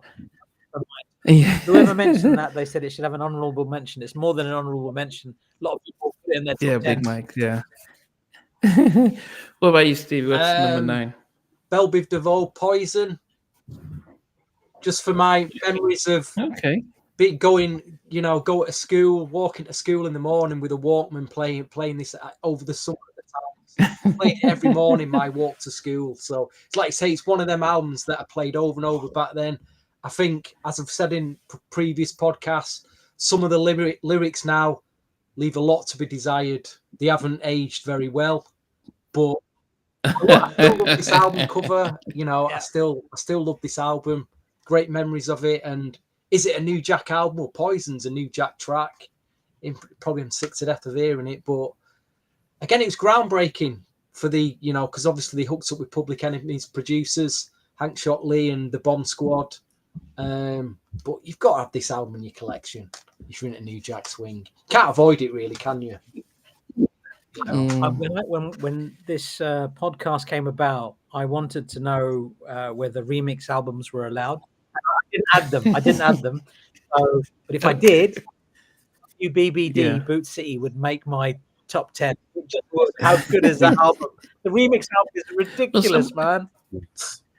Yeah, somebody put Bobby Brown's key. Was it the key of B? Yeah, I mean, I think the issue with the reason why I never really go with the remixes and stuff because, I mean, if you did stuff around remixes, but okay. Andrew, what's your number 8? My number 8, as I spoiled earlier, but I won't do it again, is the Deepa album by Troop. I think that Stephen Russell, as a producer, killed it. I think it's a sprawling tapestry of sound. It starts off with just the gospel-y, Want to Keep You Next to Me. Set Me Free by Chucky Booker is just goodness. That should have been a single. The ballads on there, like whether you're talking about The Sweet November, which was a hit, and the remix was one of my holy grails that I found thanks to the internet. Thank God. But then you've got stuff like Deepa, you've got My Heart Belongs to You. I think it's called, or no, that's Jodeci, but there's a John song on there. I mean, it's just like Stephen Russell, like as a producer, I think is someone who was also burgeoning and, anyway, he just has a great sound. And Alan and Steve's voice together, they were kind of like not quite Johnny and Ralph, but they had a very complimentary sound. Alan was more buttery. Steve was more crisp. What happened, I think, at the end of the day was Atlantic pulled the plug on the album and the promotion because they had something happened with Busted Records or something. So it was an album that was sabotaged by industry politics because it's a damn good album, totally underrated. And I'm sorry, I just got excited when Stevie talked about it because I don't think Troop really made it overseas. I think Troop was more of a US band. So props to Troop. Y'all are dope. And that album is absolutely in my top 10. Wow. Yeah. So I don't know. Have you upset Justin's VJ? They say he's VJ's been smoking. I don't know what you would have said to upset somebody. Probably referring to I don't know, was he referring to the Belle Biv DeVoe remix? I don't know. It's probably. Did I say something? Did I upset him? No, he's fine. Justin's fine. He's just very passionate. Okay. He loves his music. He's in his lane. He knows I'm in mine lane. It's all good. So what's your number 8? My number 8 is Today. On cassette. Okay. It's Today because it had Him or Me on there. Girl, I Got My Eyes on You. You Stood Me Up is such a brilliant song, and it's a proper New Jack album, and you've got the vocals of Fred Lee Drakeford, Big Bob, Bubba, and it's just magic. It's a brilliant album. One of the first, like you say, it's one of the earlier Teddy Gene Griffin produced albums as well. Proper GR production album. And like somebody mentioned earlier, they said, what did Gene do? I don't care what Gene did. The song he got the work for Teddy. The songs under GR Productions were amazing.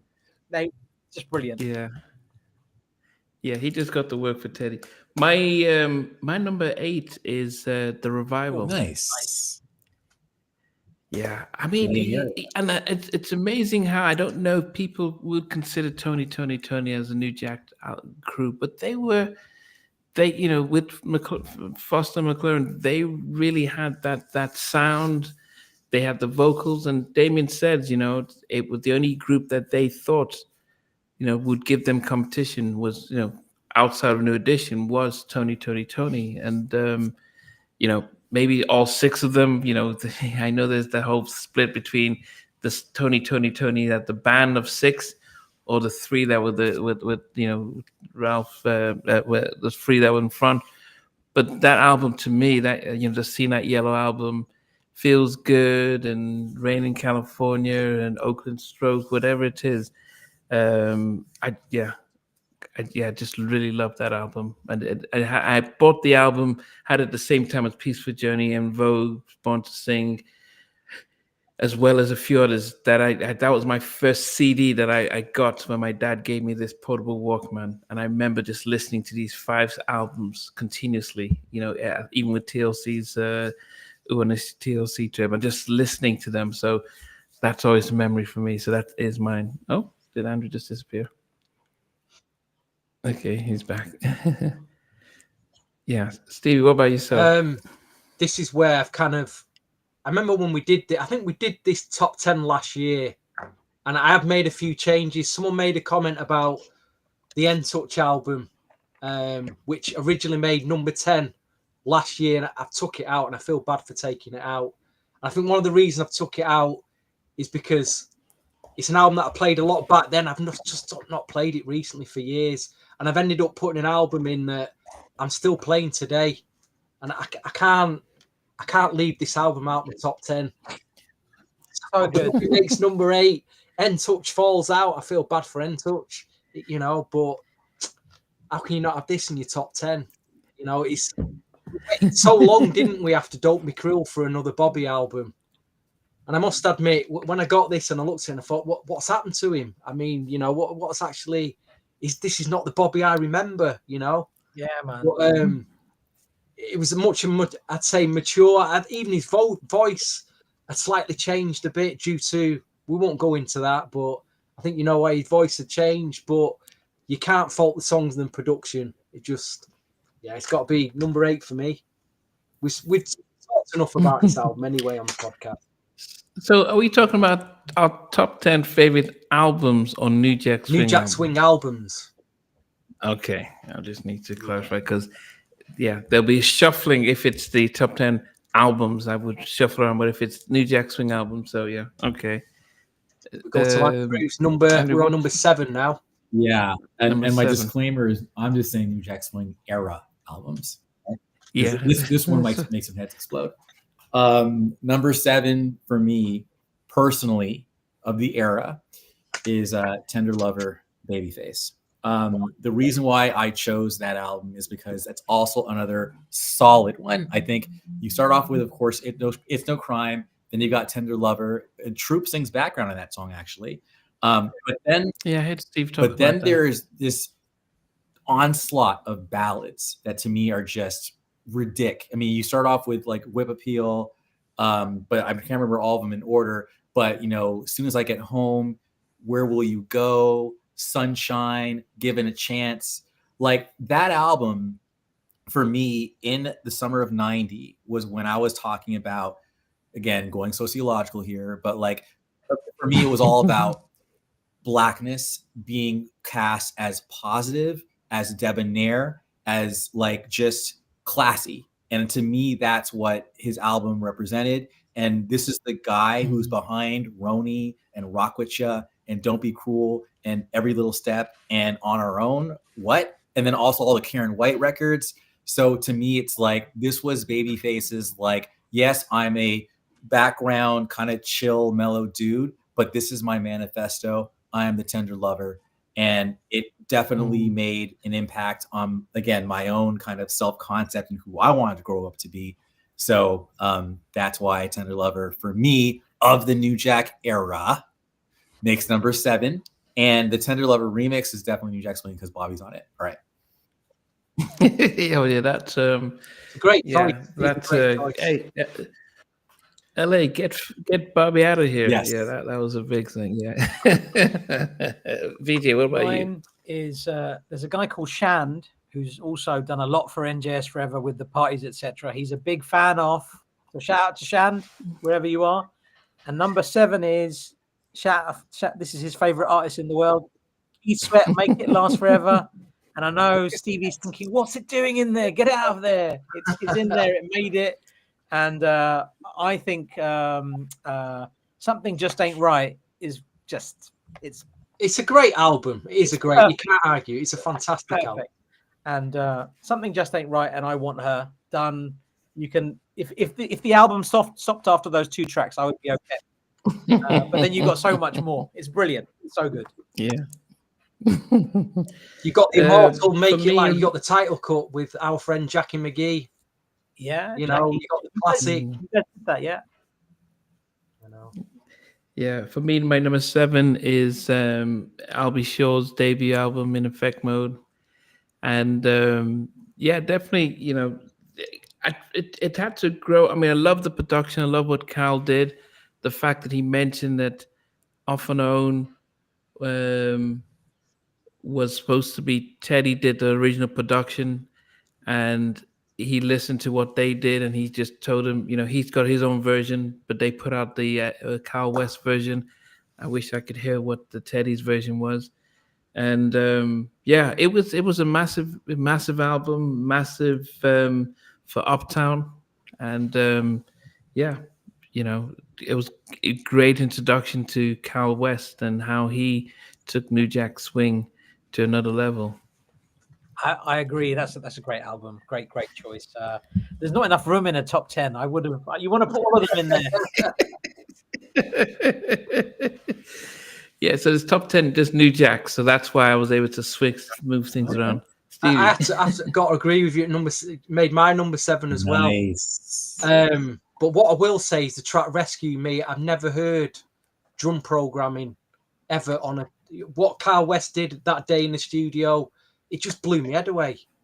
The way all these we programmed the drums, they were all crashing and obviously Night and Day wasn't New Jack, but that is the classic track, isn't it? I'm kind of going against what I originally said about New Jack on here anyway. Off on Your Own, If I'm Not Your Lover, Just a Taste of Loving. Again, it's just only 8 tracks long, but you can play it from start to finish. It's a classic. And I think that's one of the things I missed about those late '80s is that they just had, the Thriller was about 8 tracks, Make It Last Forever was 8 tracks, that was 8 tracks. I mean, you stretch it if you go up to 10, but then that's when that's a massive difference. Then when you start putting 15 tracks and you're like, okay, I like, if the Bobby album was 8, it was about 9 tracks. Take away the LaFace productions, it would have been and the ones at the end. So anyway, Andrew, what's your number 6? So my number 6 is the first of what I would call the heavyweights, and that is by G.U.Y. Guy, the first album.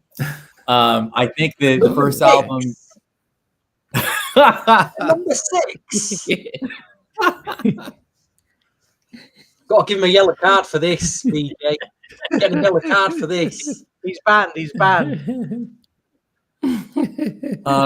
Well, okay. Anyways, I'll just say that you need to explain this one, Andrew. You need to explain this. No, the album needs no introduction, clearly, but it's a classic. It's the nucleus of the movement. But yes, it is number 6. But that means that there's going to be some heavy hitters coming up after it, because again, I'm looking at the albums ahead of it. I think they're defendable. But anyway, yeah. I mean, what more do you need? I mean, you guys know the track list. You guys know I like, my fantasy. I think Spend the Night is my favorite one, actually, but only the remix, not the original. Oh, and then I already said I like. Oh, dude, you can call me crazy. I mean, stop it. Like, come on. The album is stacked. So there it is. Yeah. Is the video mix of Spend the Night available on any format? I don't think so. Stevie, guys, is it? I haven't seen it. It's just I couldn't. It's brilliant. That video I know is that Future video with Dog Me Out. The Dog Me Out cover on it. That's the only video I've seen. Ah, okay, all right. Hold on, Spend the Night was on that. It was on that VHS tape. No, not the video itself, but is there audio? The audio on any of the 12s or the CD singles or anything like that? What makes you the video mix? The video mix exactly as it is. Ah, right. I'm not sure it is. If anybody knows about it, please share, because or share where we can get it. I just ripped it from the video and put it on my phone. That's how much I love it. Smart. What's your number 6? Number 6 is okay. Go to See Forever My Lady. Wow. And is it still sealed? That it is. Yeah, sealed. What's the point of opening those things? I've got it on like 72 other formats somewhere or the other. So yeah, no point doing that. But Forever My Lady, I think my favorite Jodeci album changes between Diary of a Mad Band and Forever My Lady, depending on my mood. And I think Forever My Lady is a perfect album. It's so good. A friend of mine recently, they took all of the vocals out and just had the instrumentals of all of the tracks off this album. Oh my God, listening to Come and Talk to Me instrumental without no vocals, insane. Wow. You and I and all of the Plaything instrumental, unbelievable. So what's your favorite side? Because you forget, I think people forget that was an unbelievable New Jack Swing album, side B. When I was in Nigeria at the time, I didn't listen to the Forever My Ladies. I was listening to my phone and all those upbeat. That was what we were listening to, because I was like, is this Guy? I thought it was the new Guy album, because it was, just love the upbeats, and because vocally they were great. And then the production, even though Eddie F says it could have been even better if he had helped with that. So I was wondering, for you guys, do you see it as a New Jack Swing album, or do you see it as an R&B album with up-tempo I see tracks? it's a New Jack album. I that's how I see it. And but I like the remixes off that album a lot. The hip hop soul remixes, fantastic. But it took me a while to really understand how good the album was from start to finish. I don't know. I didn't process Jodeci outside of the remixes and the singles until a little later. But when I did, I'm like, oh my God, this album is spectacular. And I absolutely love it. Yeah. So that's my number 6. I wish I could have put it in. My number 6 is an album I wish there was things around the production I wish could have been just slightly different. It would have then been a perfect album, because I mentioned at the start of the show that there were 3 people that I always used to admire. This was Spielberg, Michael Jackson, and Teddy. So the fact that 2 of them came together on one project was like, oh goodness, why can't I? But I think I heard Jimmy Jam talking about how Michael was constantly trying to chase that Rhythm Nation sound, and I think it meant that he took Teddy away from what Teddy was great at, to say, can we try and do this? And Teddy obliged. But I think there were some tracks that I thought, okay, I loved the there were some tracks. I mean, we all remember the time and stuff, but I just wish Teddy had a little bit more control over the 7 tracks he produced. But that's the Dangerous album. I think he did a great job. It was different and stuff, but I think there was something that could have made it even better. But that was still my 7 more 6 Teddy album. tracks would have made it a lot better. I think all of them, yeah, if he had just done the whole thing. But I think if he had just had, if he had just had his hand on it with the original Mix of Joy on it, that would have made it sensational. Then would have gone into, or somebody put your hand realms then. Yeah, somebody is it someone put your hand out or something? I can't remember what that other track was. Yeah, they said there was some better ballads that Teddy did that would have really taken it over the edge. But anyway, that's still my number 6, Dangerous. Wow. I agree with VJ. That made my number 6. I remember the first single. I remember debating it with some guy that I knew. He does watch the channel from Manchester, but Gotta Love was the first single on it, that heavy New Jack track. And then when I heard It's All Right, I was like, oh my gosh. I think back then I played the up-tempo side more than I did the ballads, but now I play the ballad side more than I do the up-tempo side. But I'm just happy. I do like that formula, having one side swing track, the other side ballads. It works for me. So, but definitely. What a great album! Just it's a classic. Yeah, it is a classic, and executive produced by the guy that's in the news at the moment for all the wrong reasons, Mr. Puff Daddy. But go there. You know what I mean? Andrew, what's your before we go there, I just want to make an observation, and I could be wrong here, but I'm not sure I am. When the Jodeci album came out in the U.S., the U.S. market was pretty much, I would say, over the fast-paced side of the Jodeci album, and we only cared about the ballads. So it was almost like too late. That moment is past. So that's why it's interesting to hear you guys talk so much about how much you liked, like the Gotta Love, It's All Right, all that. To me, it was all just one big blur. I didn't even really appreciate it until I saw videos of NJS4E parties in London where people are dancing to this stuff. I'm like, what? People actually liked it? So then all of a sudden, times we share though, that one we liked. And again, no, the BPMs are slower, and it's more of like, it's just, that song should have been a damn single. It's a criminal. I just want to make that observation. All we cared about was the ballads. The ballads, yeah. As far as number 5 goes, it's Bobby Brown, Don't Be Cruel. So for me, and the thing is, I don't even really listen to that album very often, but I just remember when it was out, like it was everything. And I believe it was the number 2 album, or maybe the number 1 album of '89, I think, selling. It was a monster out here. And when you think about just the whole first side is all singles. There isn't a B side on there. It's all, every one of them became a single. And then you got Every Little Step. And then after that, it's all, not singles, but you'll never see that again. Maybe you will, but I don't know if you will. But yeah, I think the Don't Be Cruel album, with My Prerogative, was in my personal top 5, like, should be recognized. Yeah, I think that Don't Be Cruel I think it's just underrated how great a track it is. Just the drum programming by L.A. Reid, and just the singing, the rap, and just going. It was. I mean, it was like whoa. The rumor back in Nigeria back then was, that was supposed to be for Karen White, but it was too much. She said it was too many raps, so she didn't want to do it, and she dispelled that rumor. But it was my favorite track on the album is "Don't Be Cruel."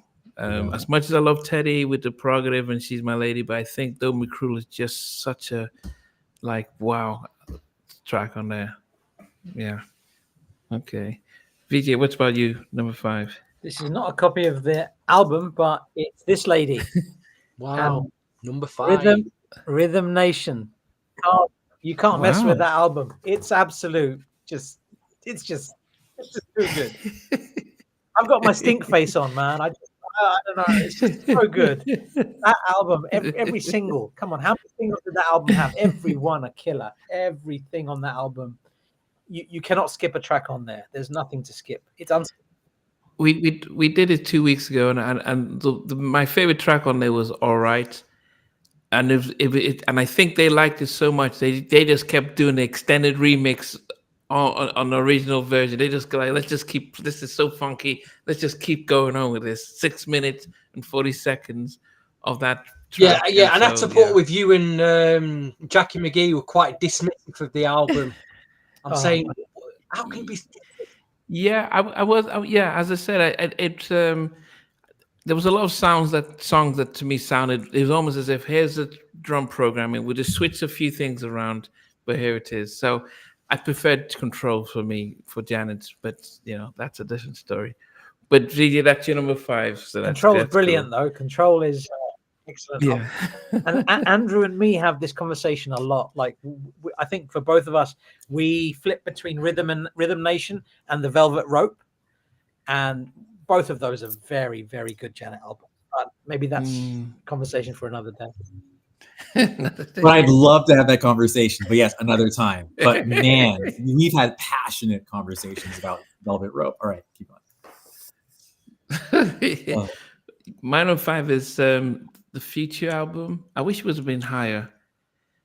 When I remember, as I said, this was my first time getting a Teddy album because, as I said, I kind of rediscovered the the debut album later on. But when everyone says New Jack Swing, that was just the image I had was the Future album, and everything from Let's Stay Together, but it's long gone. Gotta Be a Leader. It was Dog Me Out, DOG Me Out. I mean, and I remember getting the booklet. I'm like, okay, Teddy produced everything, and then had the little stars and had the little asterisks, and it's like co-produced by Aaron Hall, and I was like, looking at all the Tammy and everyone singing. I was just that was memories of that album. Just loved that album. As I said, if it was done 10, 20 years ago, I probably would have been a little bit higher.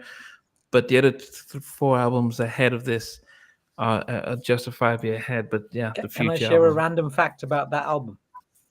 There's the original version of Let's Chill was featuring the vocals of Damian Hall. Did it ever get released with them?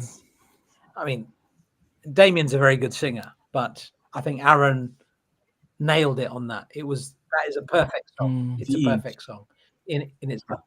So one of the things that goodness, oh my gosh, it's so embarrassing. The end of it, Bernard Bell had said that Let's Chill was originally for Keith Sweat, and it was being produced for the New Jack Swing soundtrack or New Jack City soundtrack. So that, there you go, Tell Me No Again when he's singing at the wedding. That makes sense now because Let's Chill singing at a wedding in that scene in the movie lyrically makes more sense. But Keith's voice just wasn't hitting on Let's Chill, so they had to switch it out. So, and I also want to say really quick, one of the things I love about this whole NJS thing is it's a platform to create a hive mind where we are all sharing knowledge. Someone just said in the comments that Roni was originally for the Gap Band. I kind of buy that, because again, it's like LaFace, they were a hit making machine, and that's crazy. I'm actually now trying to picture, Charlie Wilson singing Roni. It's crazy. So, to your point, Namdi, it's like, yeah, we were a news thing, but it was almost like a high. We're all sharing and learning together, contributing to this awesomeness. So again, shout out to the comment section. There's so many things I want to respond to, but I can't. Can I just comment on Derek Mallory? He's just said that Damien Hall there's no version with Damien Hall. I can promise you there is a version that exists with Damien Hall singing the vocals. Stevie's heard it. Stevie knows it. It exists. So I'm not talking about the one that came out. I'm talking about the reference track. So that's for Derek.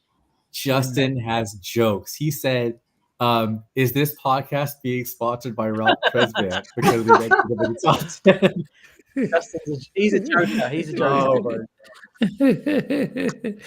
Yeah, and Derek also, Damien has confirmed that he actually did record a version of it, 100%. and the label just thought, we don't want to mess things up, and we've got our lead singer. Let's just keep it in that way, and I think that was what Lily referenced. No, it wasn't Lily. I think it was Brian Alexander Morgan that, look, this is our lead singer. We go down this direction. We don't want to slaughter the golden calf and just confuse people. So that was a disappointment for Damien.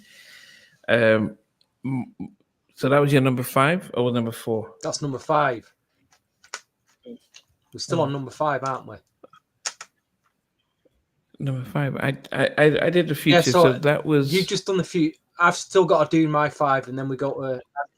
Oh, so we were commenting on mine. Yeah, what's yours, Stevie? I think in any other album chart, this probably would be number 1. It's an album that it's close to my heart, and I know for a lot of other people, it's close to yours as well. Again, it's debatable whether it's a New Jack album or not, but it's. I've just kept listening to it over the years. Gives me several different arrays of emotions, but it's hard. It's killing me that it's at number 5, but New Edition, Any Heartbreak at number 5. Why is it number 5? I just love this album so much. Yeah. You think you feel bad about putting it at number 5? It didn't even make my top 10. I've really got issues, and it's not because because you know what it is. I didn't know if you'd class that as New Jack. So I don't know. If it isn't love, is a New Jack. Crucial to me. The remix, crucial remix is definitely New Jack. Yeah. I know what you're saying. Yeah. Okay.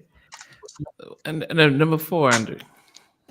Number 4 is an album that if I think about it too much, I will get emotional because it got me through a really tough night. I'm not going to go into details on why it was a tough night, but it was a tough night. I just played it over and over again, and I got through. And that is, yes, Guy, The Future. Some people think that the original Guy album is over The Future. Not me. I think The Future was Teddy, like next level Teddy, like adrenalized.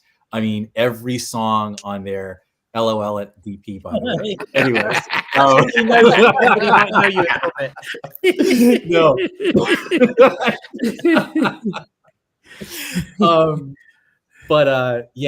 I mean, that it's the whole album is like a journey. It's a long album, and it just takes you, between even Tease Me Tonight with that crazy, like almost vulgar thing that Aaron does.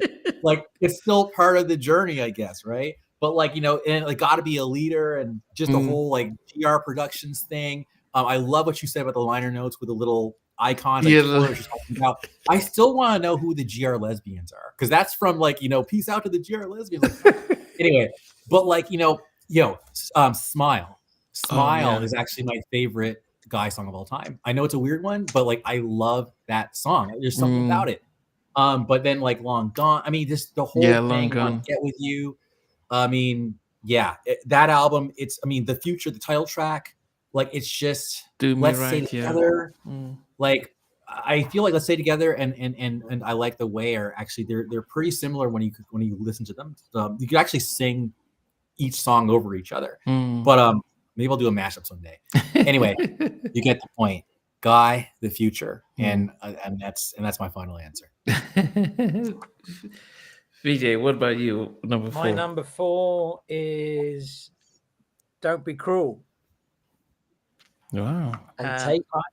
I think Don't Be Cruel was a very magical album. I'll Be Good to You should have been a single. That comment's for you, Nanamdi, because I know you like Teddy, and that song should have been a single. And Stevie, you shared with me that there's this remix that was only on this CD compilation. I managed to get the promo 7-inch with that remix. Yeah, I told you about that 7-inch, and you went and got it. I think you found it and got it on eBay after that. And then it's on a CD compilation as well. I think you shared that with me. It's on the gold, Bobby Brown gold. That's it. And Bobby Brown's Don't Be Cruel. It was such a perfect album, and it represented such a specific time in my life. I didn't think that Bobby could come up with an album that could match it. And when Bobby came out, I was like, wow, I think he's done it. But then over time, I think Don't Be Cruel edges it. There are a couple of tracks I didn't like on Don't Be Cruel, but you probably know what those are. I can't even remember who they were produced by. My apologies. But Every Little Step, if that comes on anywhere I am in a good mood all of a sudden. It just changes my mood. Don't Be Cruel, you mentioned that earlier, and Andy, I think that's a phenomenal song. That drum structure, fantastic. Yeah. It's a pity I didn't even put it on mine. But I was thinking about the ones that I really, really love. But that's if when I do polls of like favorite New Edition family members albums, that trumps Heartbreak. Don't Be Cruel is everyone just says yeah, because that's why Bobby's still adored because of that album. And did you see the video when I think he was on Full House dancing to I'll Be Good to You? Oh, that was 227. Oh, that's 227. Okay. Yeah, but I remember that. That was a great episode on NBC. Yeah. If you just watch how he just moves so effortlessly, I think people who say, "Oh, Chris Brown's an amazing dancer and Usher," and I'm thinking, you guys did not know when Bobby Brown was Bobby Brown. I think, there was Michael, there was Hammer. Bobby was just, he was just in that mix of performers. He was just on another level. So, yeah, definitely good shout. I picked the Guy album as number 4, and it is such the ballads. I mean, I can't remember who I was speaking to. It was probably some I can't remember who it was. I don't know who. I can't remember who the producer was. But what they said was that listening to Teddy's R&B ballads of the Guy album is like, okay, this is so we could start making love songs now. That love songs were cool for guys. That's how Piece of My Love and Goodbye Love. That it was. And my biggest disappointment was, and it must be the Timmy Gatlin effect on this, because he went away from producing R&B tracks, slow jams like Piece of My Love and Goodbye Love, but H-Town took it up. R. Kelly took that sound. Jodeci took that sound and made it bigger. And I think, Teddy, you came up with the blueprint on this and Make It Last Forever. You kind of went away from it, and everyone else really took those type of slow jams forward, and he was the architect. But yeah, Groove Me, it's enough said with stuff with Groove Me. It was just like, what is this? Just out of this world. Yeah. So yeah, the Guy album is my number 4. Wow. I don't even know which is the best Teddy's jam. that's one or two. Isn't it? That's an interesting conversation. I'll tell you what, it's not for me though. It's not Teddy's Jam 3. No. Okay, The Godfather. No. Sorry. No. It's one or two, and sometimes it's 2 for me. Sometimes it's 1. So it just depends. Yeah, it's 2. Okay.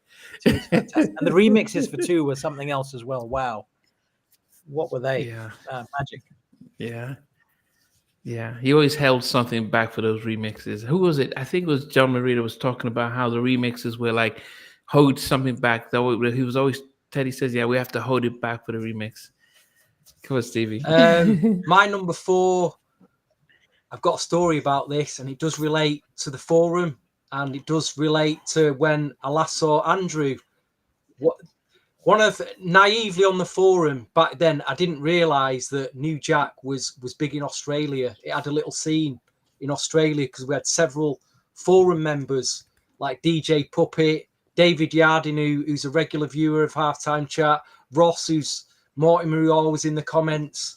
Hold that thought, because I end up getting on a plane. I think I can't remember the year, but it was like, might be 2010 maybe. I travelled 6,000 miles to New York. I'm hanging out with Knight in New York. We decide to go record shopping. And he texts me to Brooklyn. And we end up in this place called The Thing. We videoed it. It's on Knight's YouTube. You can go and watch it now. So we're in this basement, which is just like, it's a maze of vinyl. And we was in there for hours. And there was only 3 people down there. There was me, Knight, and there was this other guy in the background digging. And eventually I just said, "Hey, mate, how you doing?" And he went, "All right, mate." And I get this Australian accent. And I says, what are you looking for, by the way? Just, and he went, "I'm just looking for some R&B in this thing called New Jack Swing." And I went, "You what?" And I says, "Come over here." So he comes out. I says, "Who are you?" And he goes, "My name's Shrugs."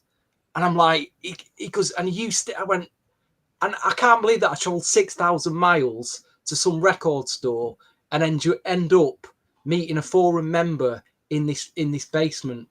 It's just like, it freaks me out to this day. And that store, how does it get to number 4? Well, he was showing me what he had in his collection, what he just found. And he goes, "Oh, I found this 12-inch by this group that I've always been looking for." And the group was Cool School. Cool School has made my number 4, the Cool School.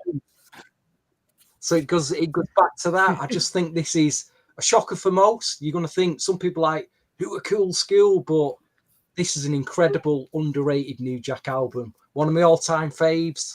I still play it to this day. If you've not got it, go and buy a copy. I just love it. Jesse Johnson produced it. It's got the Minneapolis funk New Jack sound to it. There's a vocalist called Craig Dion, who's the lead vocalist. I don't know what's happened to him. I'd love to get the guys on the podcast. They were originally a group called The Crash from 1987. Then they lost the lead singer, and then Craig Dion or Dion Craig came. He took over the group as lead vocalist, and some of you might know My Girlie, Waste My Time. It's just a great album. It's a number 4 for me. Were you guys on East Village? Brooklyn. Oh, you're in Brooklyn. Okay.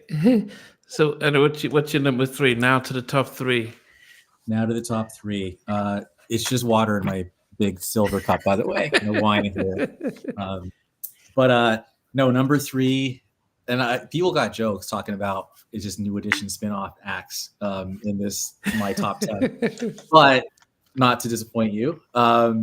Yes. Number 3 is, again, Poison by Belle Biv DeVoe. As I said, I'm picking albums from the era. So the whole New Jack, not New Jack thing is, neither here nor there for me. I want to call out I think the Wookie Stewart, Timmy Gatling tracks on that album, particularly I Do Need You and When Will I See You Smile. I actually think Poison is a perfect album. There isn't a bad track on there. I mean, everyone, Ain't Nothing Changed, Word to the Mother.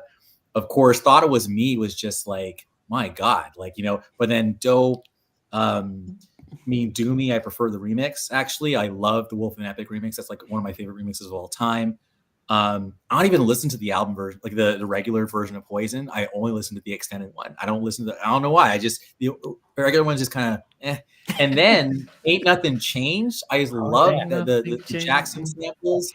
Like they were just on some different stuff. I just feel like what I love about that album is no one expected these 3 backup singers to do anything. And they ended up being honestly probably the biggest of the spin-offs. I mean, when you go to the concert and BBD comes on, the energy is just different. Yeah. You know, so I just love, yeah, right. So I just love that these three like underdogs came out and just killed the game with style, innovation, charisma, and they had the lowest budget album too. You could tell, but like they just brought it. And I'm sure I'll be sure to this day is like, why didn't I take Poison? So anyway, and the backstory yeah, about Belle Biv I DeVoe is love that great album. as well. Like the three of them are thinking, look at what Bobby's doing, look at what everybody else is doing, Ralph and Johnny. They're like, what are we gonna do? And then Jimmy Jam just says, set up a group. And Jimmy Jam set that up. That's how incredible is that? They, you know, he ushered them in, and then Yeah. It was at the Any Heartbreak like celebration party, and it's just like, you know, they had Crosby, Stills, and Nash, Belle Biv DeVoe, and the rest is history. Yeah. Gotta love it. And that's why I said if Ralph had come out before the Belle Biv DeVoe album, it probably would have been a bigger album, because that was such a it was different, you know, because it was hip hop soul kind of, you know, that mix, which wasn't what we because they didn't do much rapping on the, apart from Heartbreak.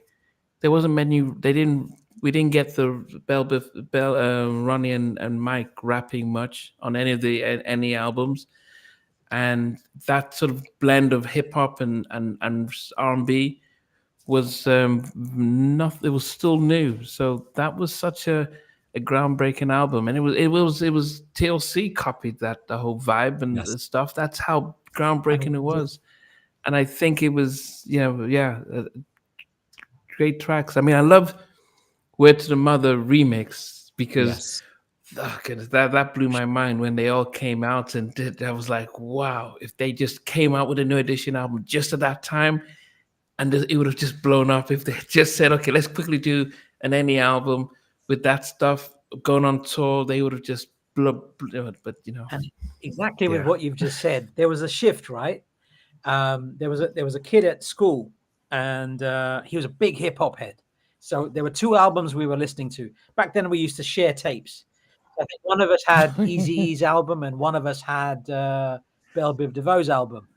And then he's a pure hip hop head. I said, which one do you like, Eazy-E or Belle Biv DeVoe? And reluctantly he said, don't tell anyone, Belle Biv DeVoe. He was like a proper nutter, right? Like, I love my hip hop. Yeah. And it was really interesting because he said, Belle Biv DeVoe, it's brilliant. And that album changed something. Yeah. I mean, Poison is still massive. Anywhere you go right now, such a big, massive hit right now. And then When Will I See You Smile Again? I Do Need You. Yeah, it was. Yeah. Anyway. Shameless self-promotion. So I went on a cruise for the first time in my life, Virgin Voyages, and I actually my go-to karaoke song is Poison. And after I did that song, the video is somewhere, right? You guys can find it if you want.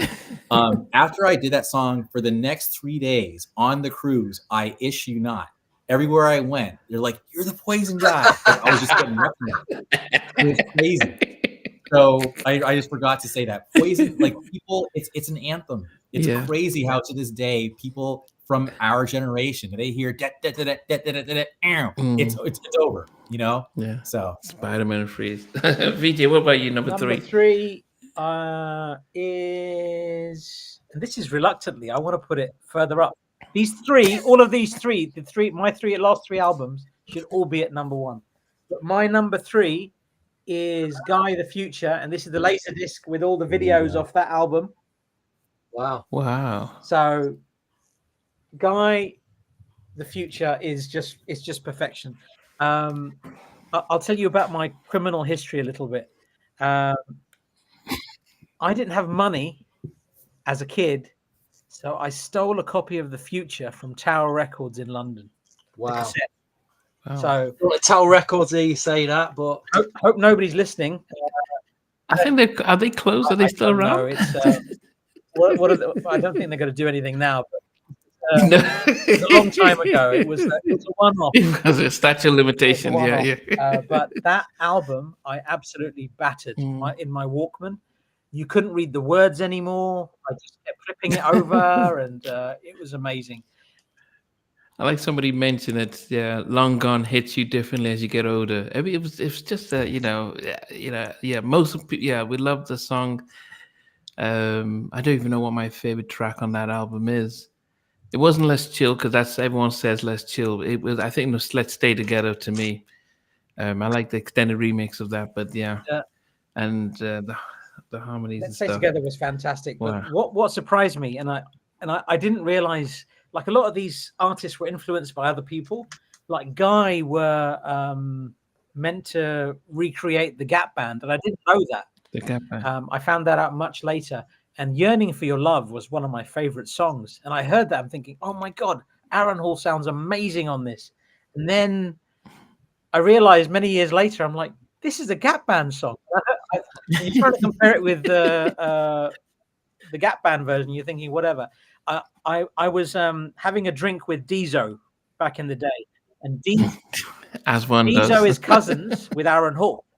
So I said, who's a better singer out of your cousin, Aaron, and Charlie Wilson? And Deezo just started laughing at me. He said, Uncle Charlie, man, what's wrong with you?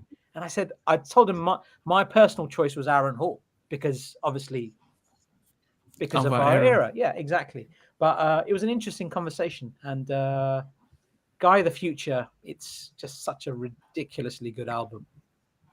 Yeah, yeah. And yeah, it's I think the biggest shame is that Damien didn't get his ability to shine on that album. They should have given him his spot because Timmy sang on the Guy album, Aaron and Teddy, and that formula worked where everyone felt that they had the space and not giving Damien anything to really do apart from Dog Me Out, Thought You Loved Me, Why You Hadn't Dug. It and Teddy's Jam, he was responsible for one of the remixes on there. I don't know if it was included. It might have been included on the promo 12 and promo CD, but there is a version. There is a remix that Damien has done for one or two remixes for Teddy's Jam too. So he did that, and he did obviously Dog Me Out, as you mentioned. And the song that he was meant to do was Let's Chill, but then that went to Aaron. Yeah. So I agree with you. Yeah. I think on Guy 3, which one of somebody in the comments really likes that album. We can have a whole conversation about that. Whoever that person is, we should have them on so we can just have that conversation. But Damien did some good bits on Guy 3. I thought his vocal sounded good on songs like Love Online and things like that. But I agree, he should have had more prominence on that second album.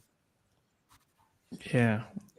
My number 3 normally would always be my top 2 albums, but because we're doing New Jack, it sadly falls to number 3. And I'm going to be considered, well, it's still in the era of New Jack, but when I listen to songs like One More Night, and you just the harmonies, the way it just goes up, down, just it just blows my mind. Two Can Play That Game. We've talked about it till the end of time. Loving You Down. It's I mean, I right now I just listen to the 7 Teddy tracks, and then that's it. Then I skip everything else because I'm just thinking that, to me, that production wise, I don't think Teddy has done. Even though he's done some stuff on my favorite album, but I think production-wise, the way he was, how he blended in the harmonies, how he just got everything ticking. The recording, the crisp of the song, the way Bobby, not the greatest vocalist, but it was him. It just seemed to fit. Like he knew how to get him fit like a glove. The Bobby album is, Stevie knows every time I can mention the Bobby album, I'll always mention the Bobby album. To me, it's up there. I mean, there are 2 other track albums that are just above it, but if I'm just in my top 5, my top 10 favorite albums, it would probably be number 2. But for New Jack, it's number 3. Did you like the Getaway remixes? Yeah, there's something about the Getaway album, the track that I didn't think that should have been. I still think that the Teddy tracks. I think the That's the Way Love Goes should have been the first single with Rex and Effect. So you're capitalizing on Rump Shaker, so you get Bobby featuring Rex and Effect, and and I think Getaway has grown on me. But I think it wasn't the first single I wanted. It wasn't the third single. I hated the fact that Humping Around was the first single and Good Enough. I thought that was a rubbish That was a track. bad one.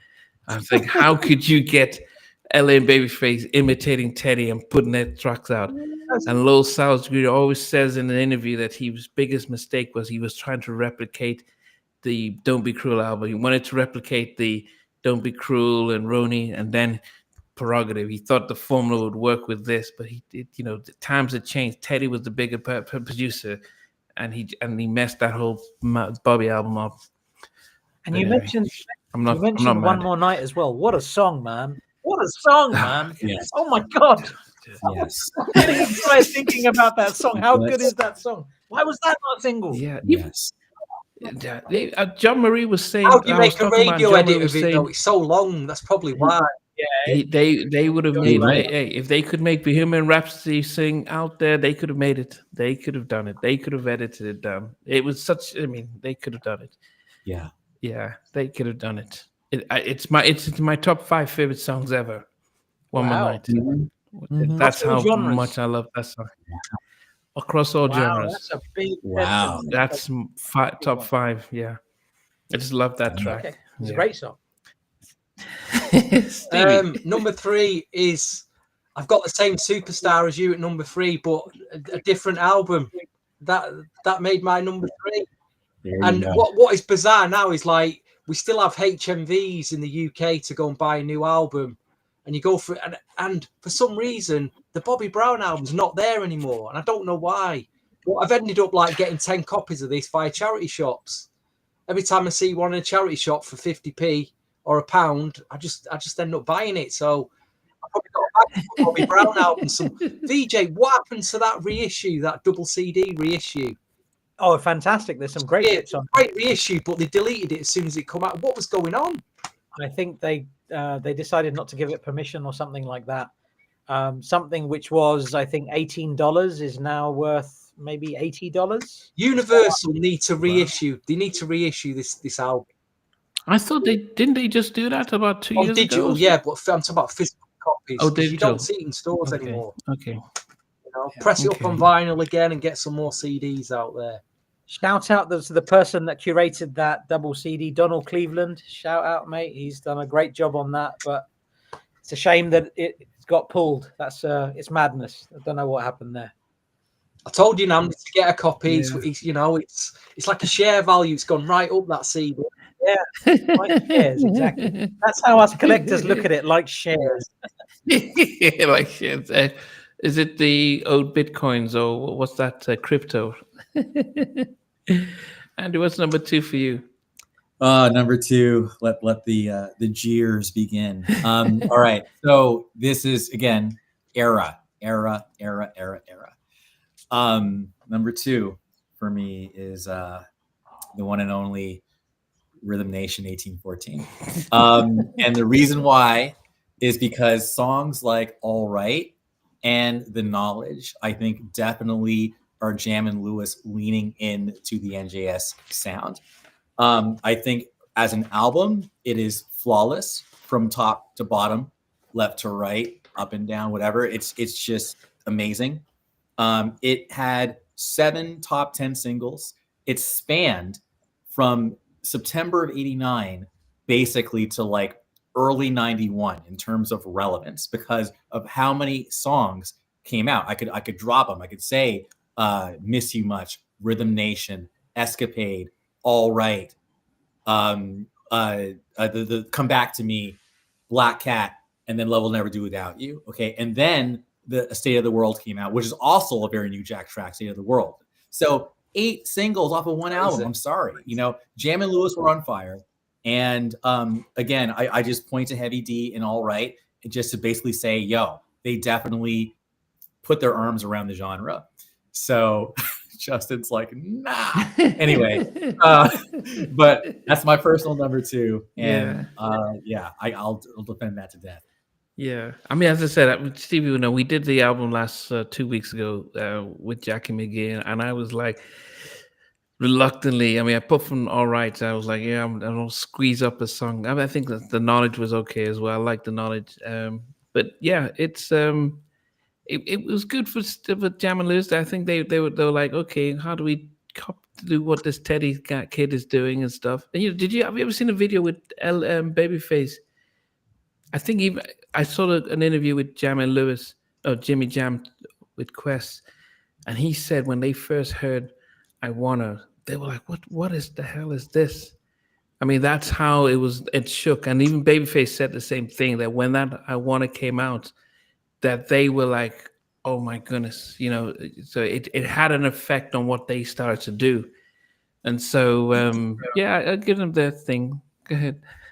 Yeah, I was gonna say, one thing I loved about Let's Chill, though, is I read or heard somewhere Teddy actually say Let's Chill he was trying to do his Jam and Lewis. Like, that was him trying to be like Jam and Lewis.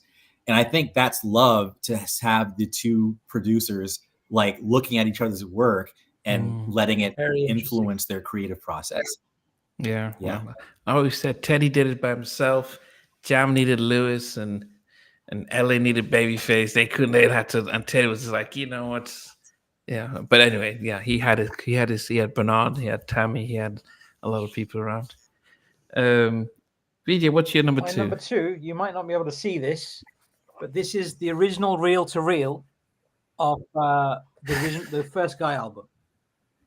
Wow. So this is the First Guy album, if you can see that. I don't know if you can see it. Just about making it out. Sort of see it. Yeah.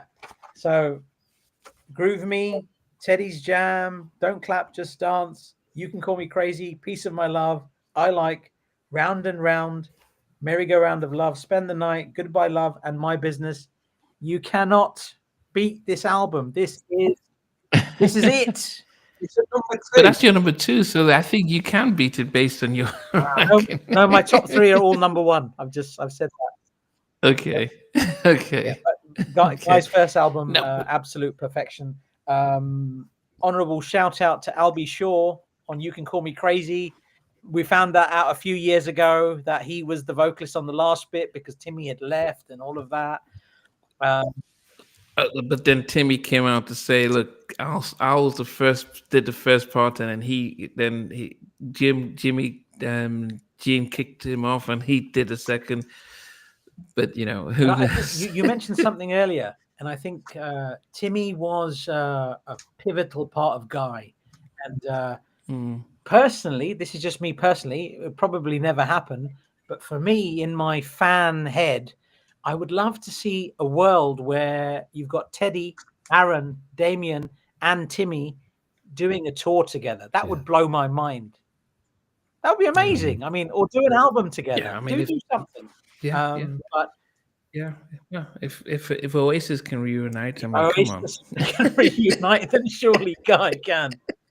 Surely, because Timmy was the writer. He said he was the writer, and he set the tone, and Teddy built on that, and he kept looking. He got Bernard, he got everyone else, but I think that was a big element of the lyrics, the music, and I think if there was a Timmy and Teddy production, God knows what would have happened if we had just had them do their Jimmy and Terry and Ellie and Babyface and Teddy and Timmy writing production. It would have just been something else. My number 2 is when it comes to New Jack. To me, this is I mean, it's strange because it's number 2, but I would say it was vocally. I think this person was outsung Aaron. I think they really took advantage of watching Teddy and learning how to do their production and the sampling. And it was, to me, the Basic Black album as a New Jack album is my all-time favorite. It's number 2 because it's my all-time favorite New Jack album. It's number 1, but this one, you go for, apart from apart from the last track, which is the one that Gene Griffin says, "Yeah, we need a feel good song to you're stupid" or something like that. I think that should have been scrapped out. But everything from Special Kind of Fool, um, She's Mine, Nothing But a Party. Goodness, I listened to that and I was like, wow, that is. You should. Someone says, "What's a New Jack track?" Nothing But a Party. I was all alone with nothing to do. Neither. I was just. I thought it was Guy, and then somebody said no. They were the ones who Emmett took over from Guy. I didn't know the whole relationship with G and stuff, but I love the Basic Black album. Diesel on vocally, just on fire, just on point with that album. And Mucho and KB and Spragg, the production and Spragg and Spec. Yeah, so that Basic Black album It's is a number phenomenal 2. album, isn't it? This is the one. Hold on, I just this one. I love it. Yeah. It's so good. I wish they had dressed them better than that, but anyway. And a lot of people said they're like imitation Guy. I never saw them like that at all. No, They're in their own lane, and I think they absolutely nailed that album. Yeah, it was. Yeah, definitely. I mean, it was. Yeah, an amazing production, amazing album. So that's like. So what did you just say there, Namdi? That's your favorite all-time New Jack album. It Yeah, is number 2. It is, but And it is what number was you saying 2 because before as about- VJ what has you said, saying all before his about number Mr. 1, 2, Riley, and then 3. there was all these imitators. So weren't they like the biggest imitators? No, they weren't, because they were under in the camp. They were in the camp. You know, Mucho would say, "Look, they said they were sitting watching Teddy work. It was just like the most amazing thing just to watch him work in the studio, just to see how he was doing his stuff." And so they were part of the crew. I mean, they were the band for today. They were part of GR Production. They were the band for today. They were all part of the whole thing. And but they were hungry, and it's different when you're hungry and you put out an album. And Diesel was hungry. Diesel was just on another level when he sang. And it wasn't that, and I think Aaron's voice, we knew Aaron because Aaron sang the hits, and you get familiar with his voice. But Diesel, the way he enunciates his words and the power he brings. And if you watch the videos, the joy he brings when he's singing, he's just happy. I mean, so it's a vibe of the video. Mucho and Spec, how they just do that. They keep dancing and they go back to their stuff and play. I mean, loved them. Can I ask you guys a question? Just so, if Teddy was Teddy and he had lots of producers that worked with him, who would be the top 1 or top 2 producers that would take over that mantle from his camp that was working with Teddy at some point? So we're not talking about Darkchild and... You can include whoever you like. It doesn't matter. You can include whoever you like. Who would you say is up there? Because you mentioned Mucho a lot today. Yeah. I don't know. You'd have to mention Mucho. You would have to say. Of course. I'm not disagreeing. I think Mucho is an incredible producer. What a talent. Because what's at number 2, Namdi, in your album chart is Basic Black, produced by Mucho. That says it all, really. Unless you want to include, if you want to say Pharrell, or Darkchild, but that's different eras, isn't it? Yeah, they were different. I mean, Mucho mentioned it. Yet both Neptunes and Darkchild were there when he was there, and he actually welcomed Darkchild because he saw that he had some stuff and he would have pushed them and stuff. But I think that what separated them from Mucho was they were visionaries. They're younger and they could see outside of Teddy, whilst the rest, like Spragg, was an amazing producer, but they were Teddy was the main person, and so they were still under him and stuff. So if there was anyone that came out of his camp, goodness, I probably would have said Darkchild. If anyone that came out of the camp, just because the Neptunes were everything was so similar, and it got boring after a while. Everyone just copied, but Darkchild was able to keep reinventing. So, yeah, anyway. I think the big hitters would be Pharrell and Darkchild, but then I think Mucho, Spragg, Bernard Bell, just ridiculous talent. So much talent. Much talent. What about you guys? You'd have to be one of them, like you say, Mucho, Dave Way, Bernard Bell. Dave Way, another one, man. What a talent. Anyway, come on, guys. Time. Sorry. So, Stevie, what's your number 2? Then we're on number 1. Then finally, yeah, I have to agree with you, Namdi. Oh, nice. Okay. This is a great New Jack Swing album. I got to mention the ARB guys as well who contributed to it. Mention Zan. Again, I keep mentioning this guy in the podcast. The forgotten Zan. We need his story. If anyone knows where Zan is, please, Zan, come on halftime chat. We need your story. I think he's a bit shy. Well, we need to stop him being shy for 2 hours. He's got some stories. I bet he's got some stories. Is he in the UK? I don't think so. Okay. So, Andrew, what's your number 1? To no one's surprise, it is. It is love. No. Yeah, man. It is Heartbreak, new edition, number 1. Heartbreak and Guy came out the same day. I want to say it was June 8th, 1988. MCA Records.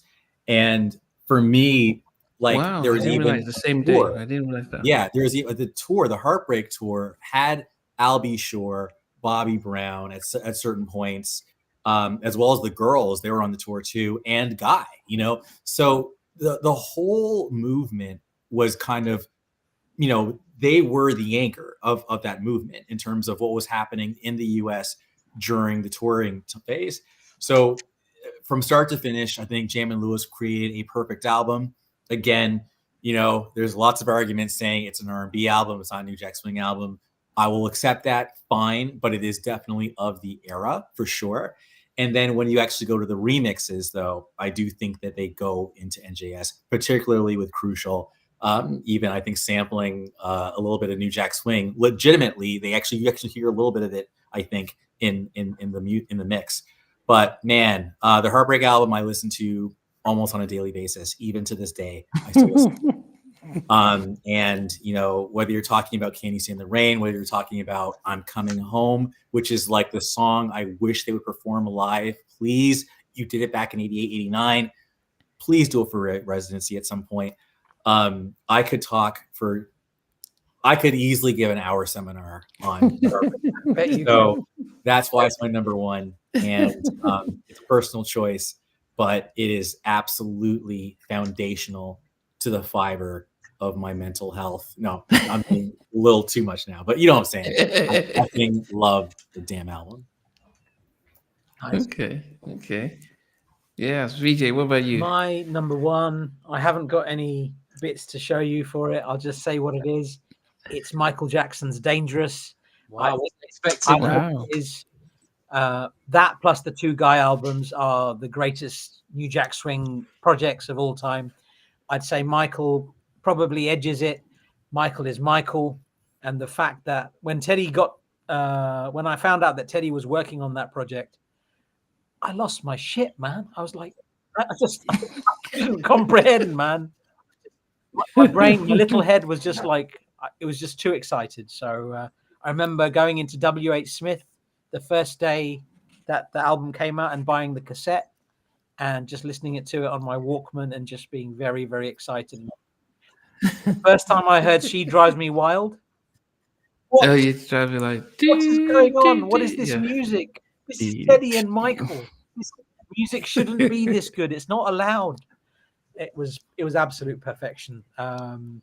And the two tracks that people, I don't know, people know, but Teddy he's not credited, but he was involved with them, was Will You Be There? And there's another track which he's not credited on Dangerous. He was a musical supervisor. He actually advised on how those songs. So he did 7 tracks where he was credited for, which he did. He was a super. Was that Who Is It? Who Is It? Will You Be There? I can't remember the other song. Keep the Faith. Keep the Faith was the other one. They're the 9 tracks. So those 7 Teddy tracks plus those makes 9 out of 14 tracks. So I'd say that's a heavily Teddy influenced album. So anybody that says that's not New Jack Swing, get out of my face, man. It is. It's my favorite. I love it. I have. Okay. My number one is it's been my number one for many years, and Teddy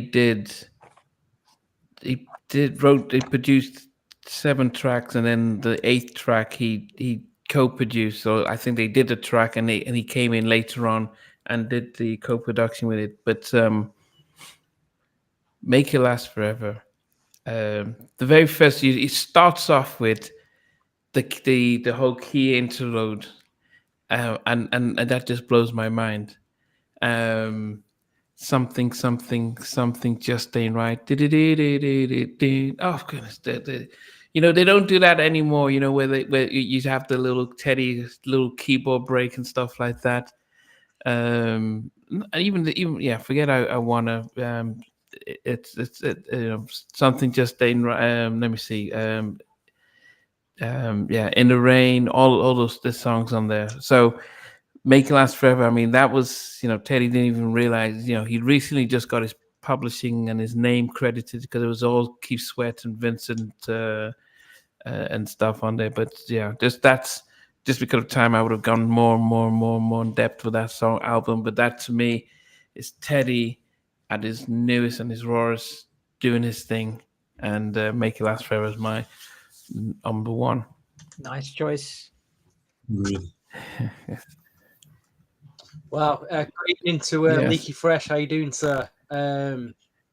Leaky Fresh used to be on a radio station called Sunset Radio, the first black music radio station ever in Manchester, the late 80s, early 90s.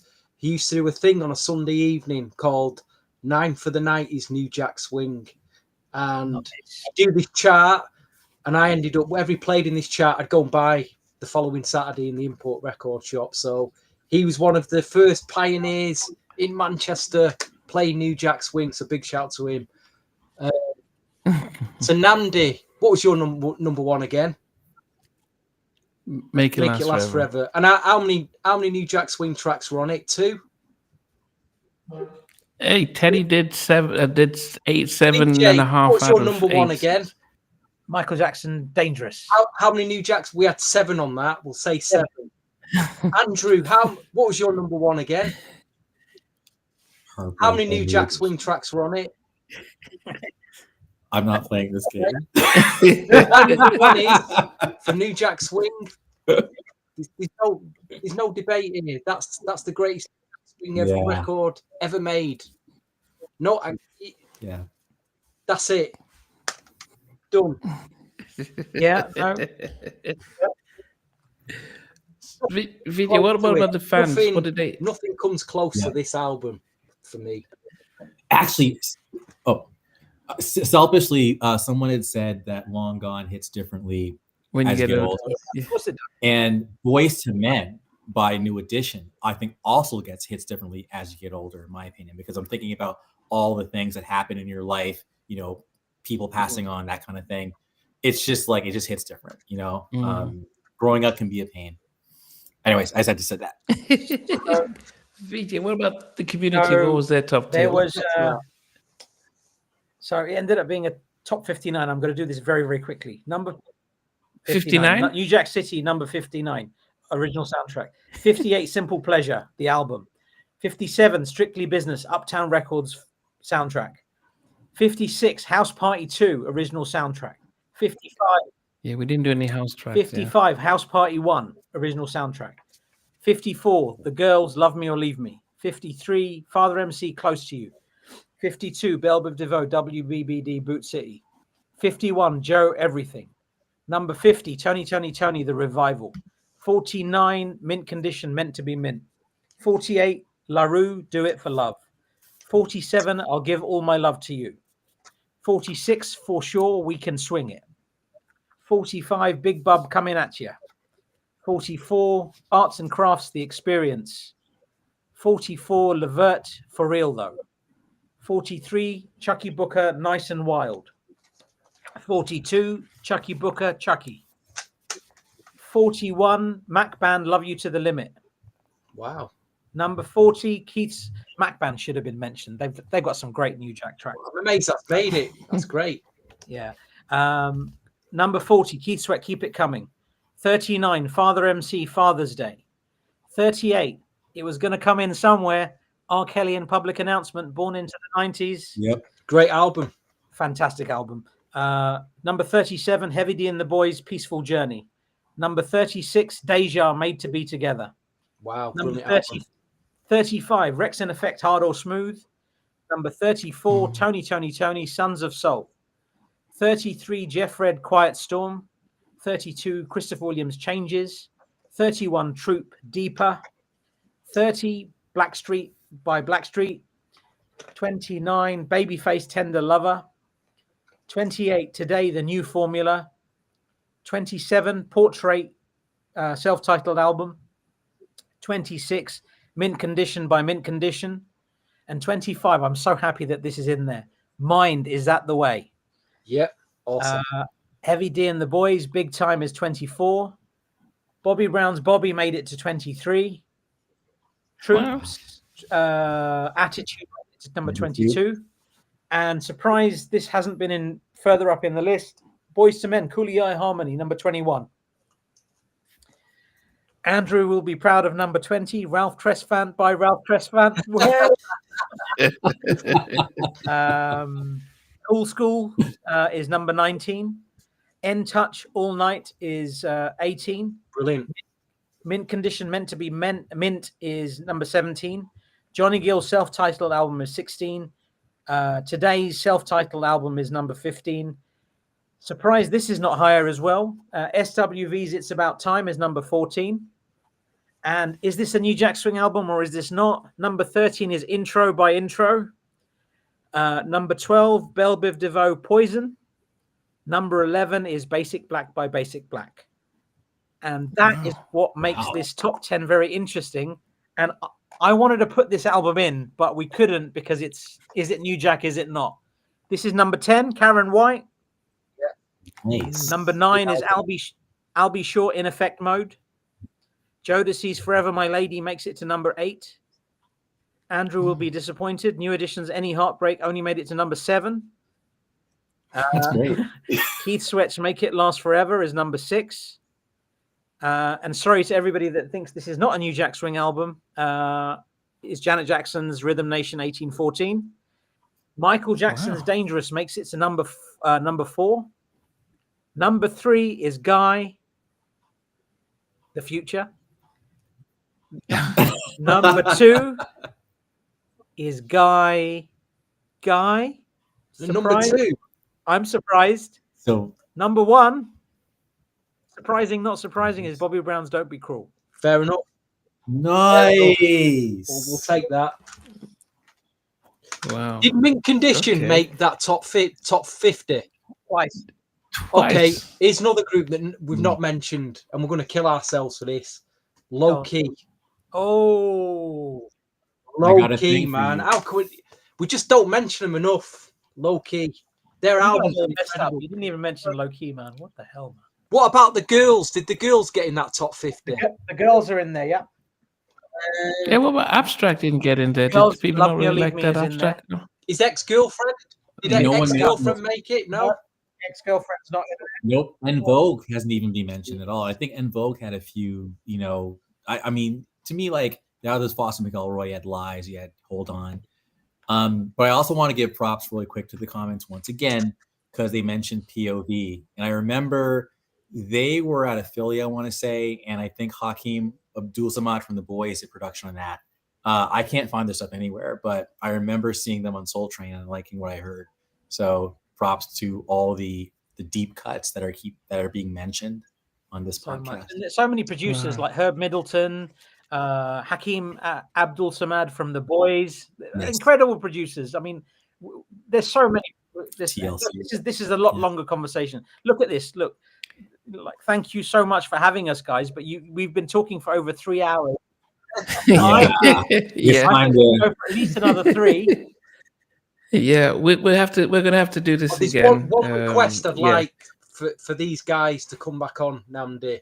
I sent you the New Kids on the Block album, Face the Music, because we want to do a 10-to-1 on that album, starting from 10-to-1. Would you guys like to come on? Do you know? I know, Knight, you probably know that album well. I don't, VJ, you sure. Would you guys would you allow that now? These guys, we could all do I'd just be fitting to get these guys for that album on it. 10-to-1. So if you list the album in the next few weeks, we'll schedule a date, come back on, and we'll do like a 10-to-1 on that. Because I just think, again, it's just an incredibly underrated album. And it's New Kids on the Block, you know. Are you guys? I want to jump in on that question, actually. So I actually, again, might not be good for everyone who doesn't live in the US, but I live in Las Vegas now. And one of the reasons why I moved here, I think Teddy lives here now, actually. But anyway, but that's not the reason. He's moved to Dallas. One of the reasons why I moved here is because a lot of the artists are doing their residencies here. Like Jodeci did residency here, New Edition did. I saw an amazing festival. So I'm thinking party in Vegas. Like, y'all come out, maybe do it around a weekend when something's happening. That's what I'm thinking, but I literally haven't thought of it in a long time. But me personally, absolutely. As far as London's concerned, VJ, you can talk to that. But I do think we should. Let's do a party in Vegas, no problem. But let's do one in London. Big Mike's. Yep. A lot of people have been asking for a party again. Life gets a bit busy sometimes, and when do you make time for this stuff? Which is why we've done a lot less of this stuff in recent years. It's not that we're any less passionate. We love the music, obviously we do. It's in our soul, man.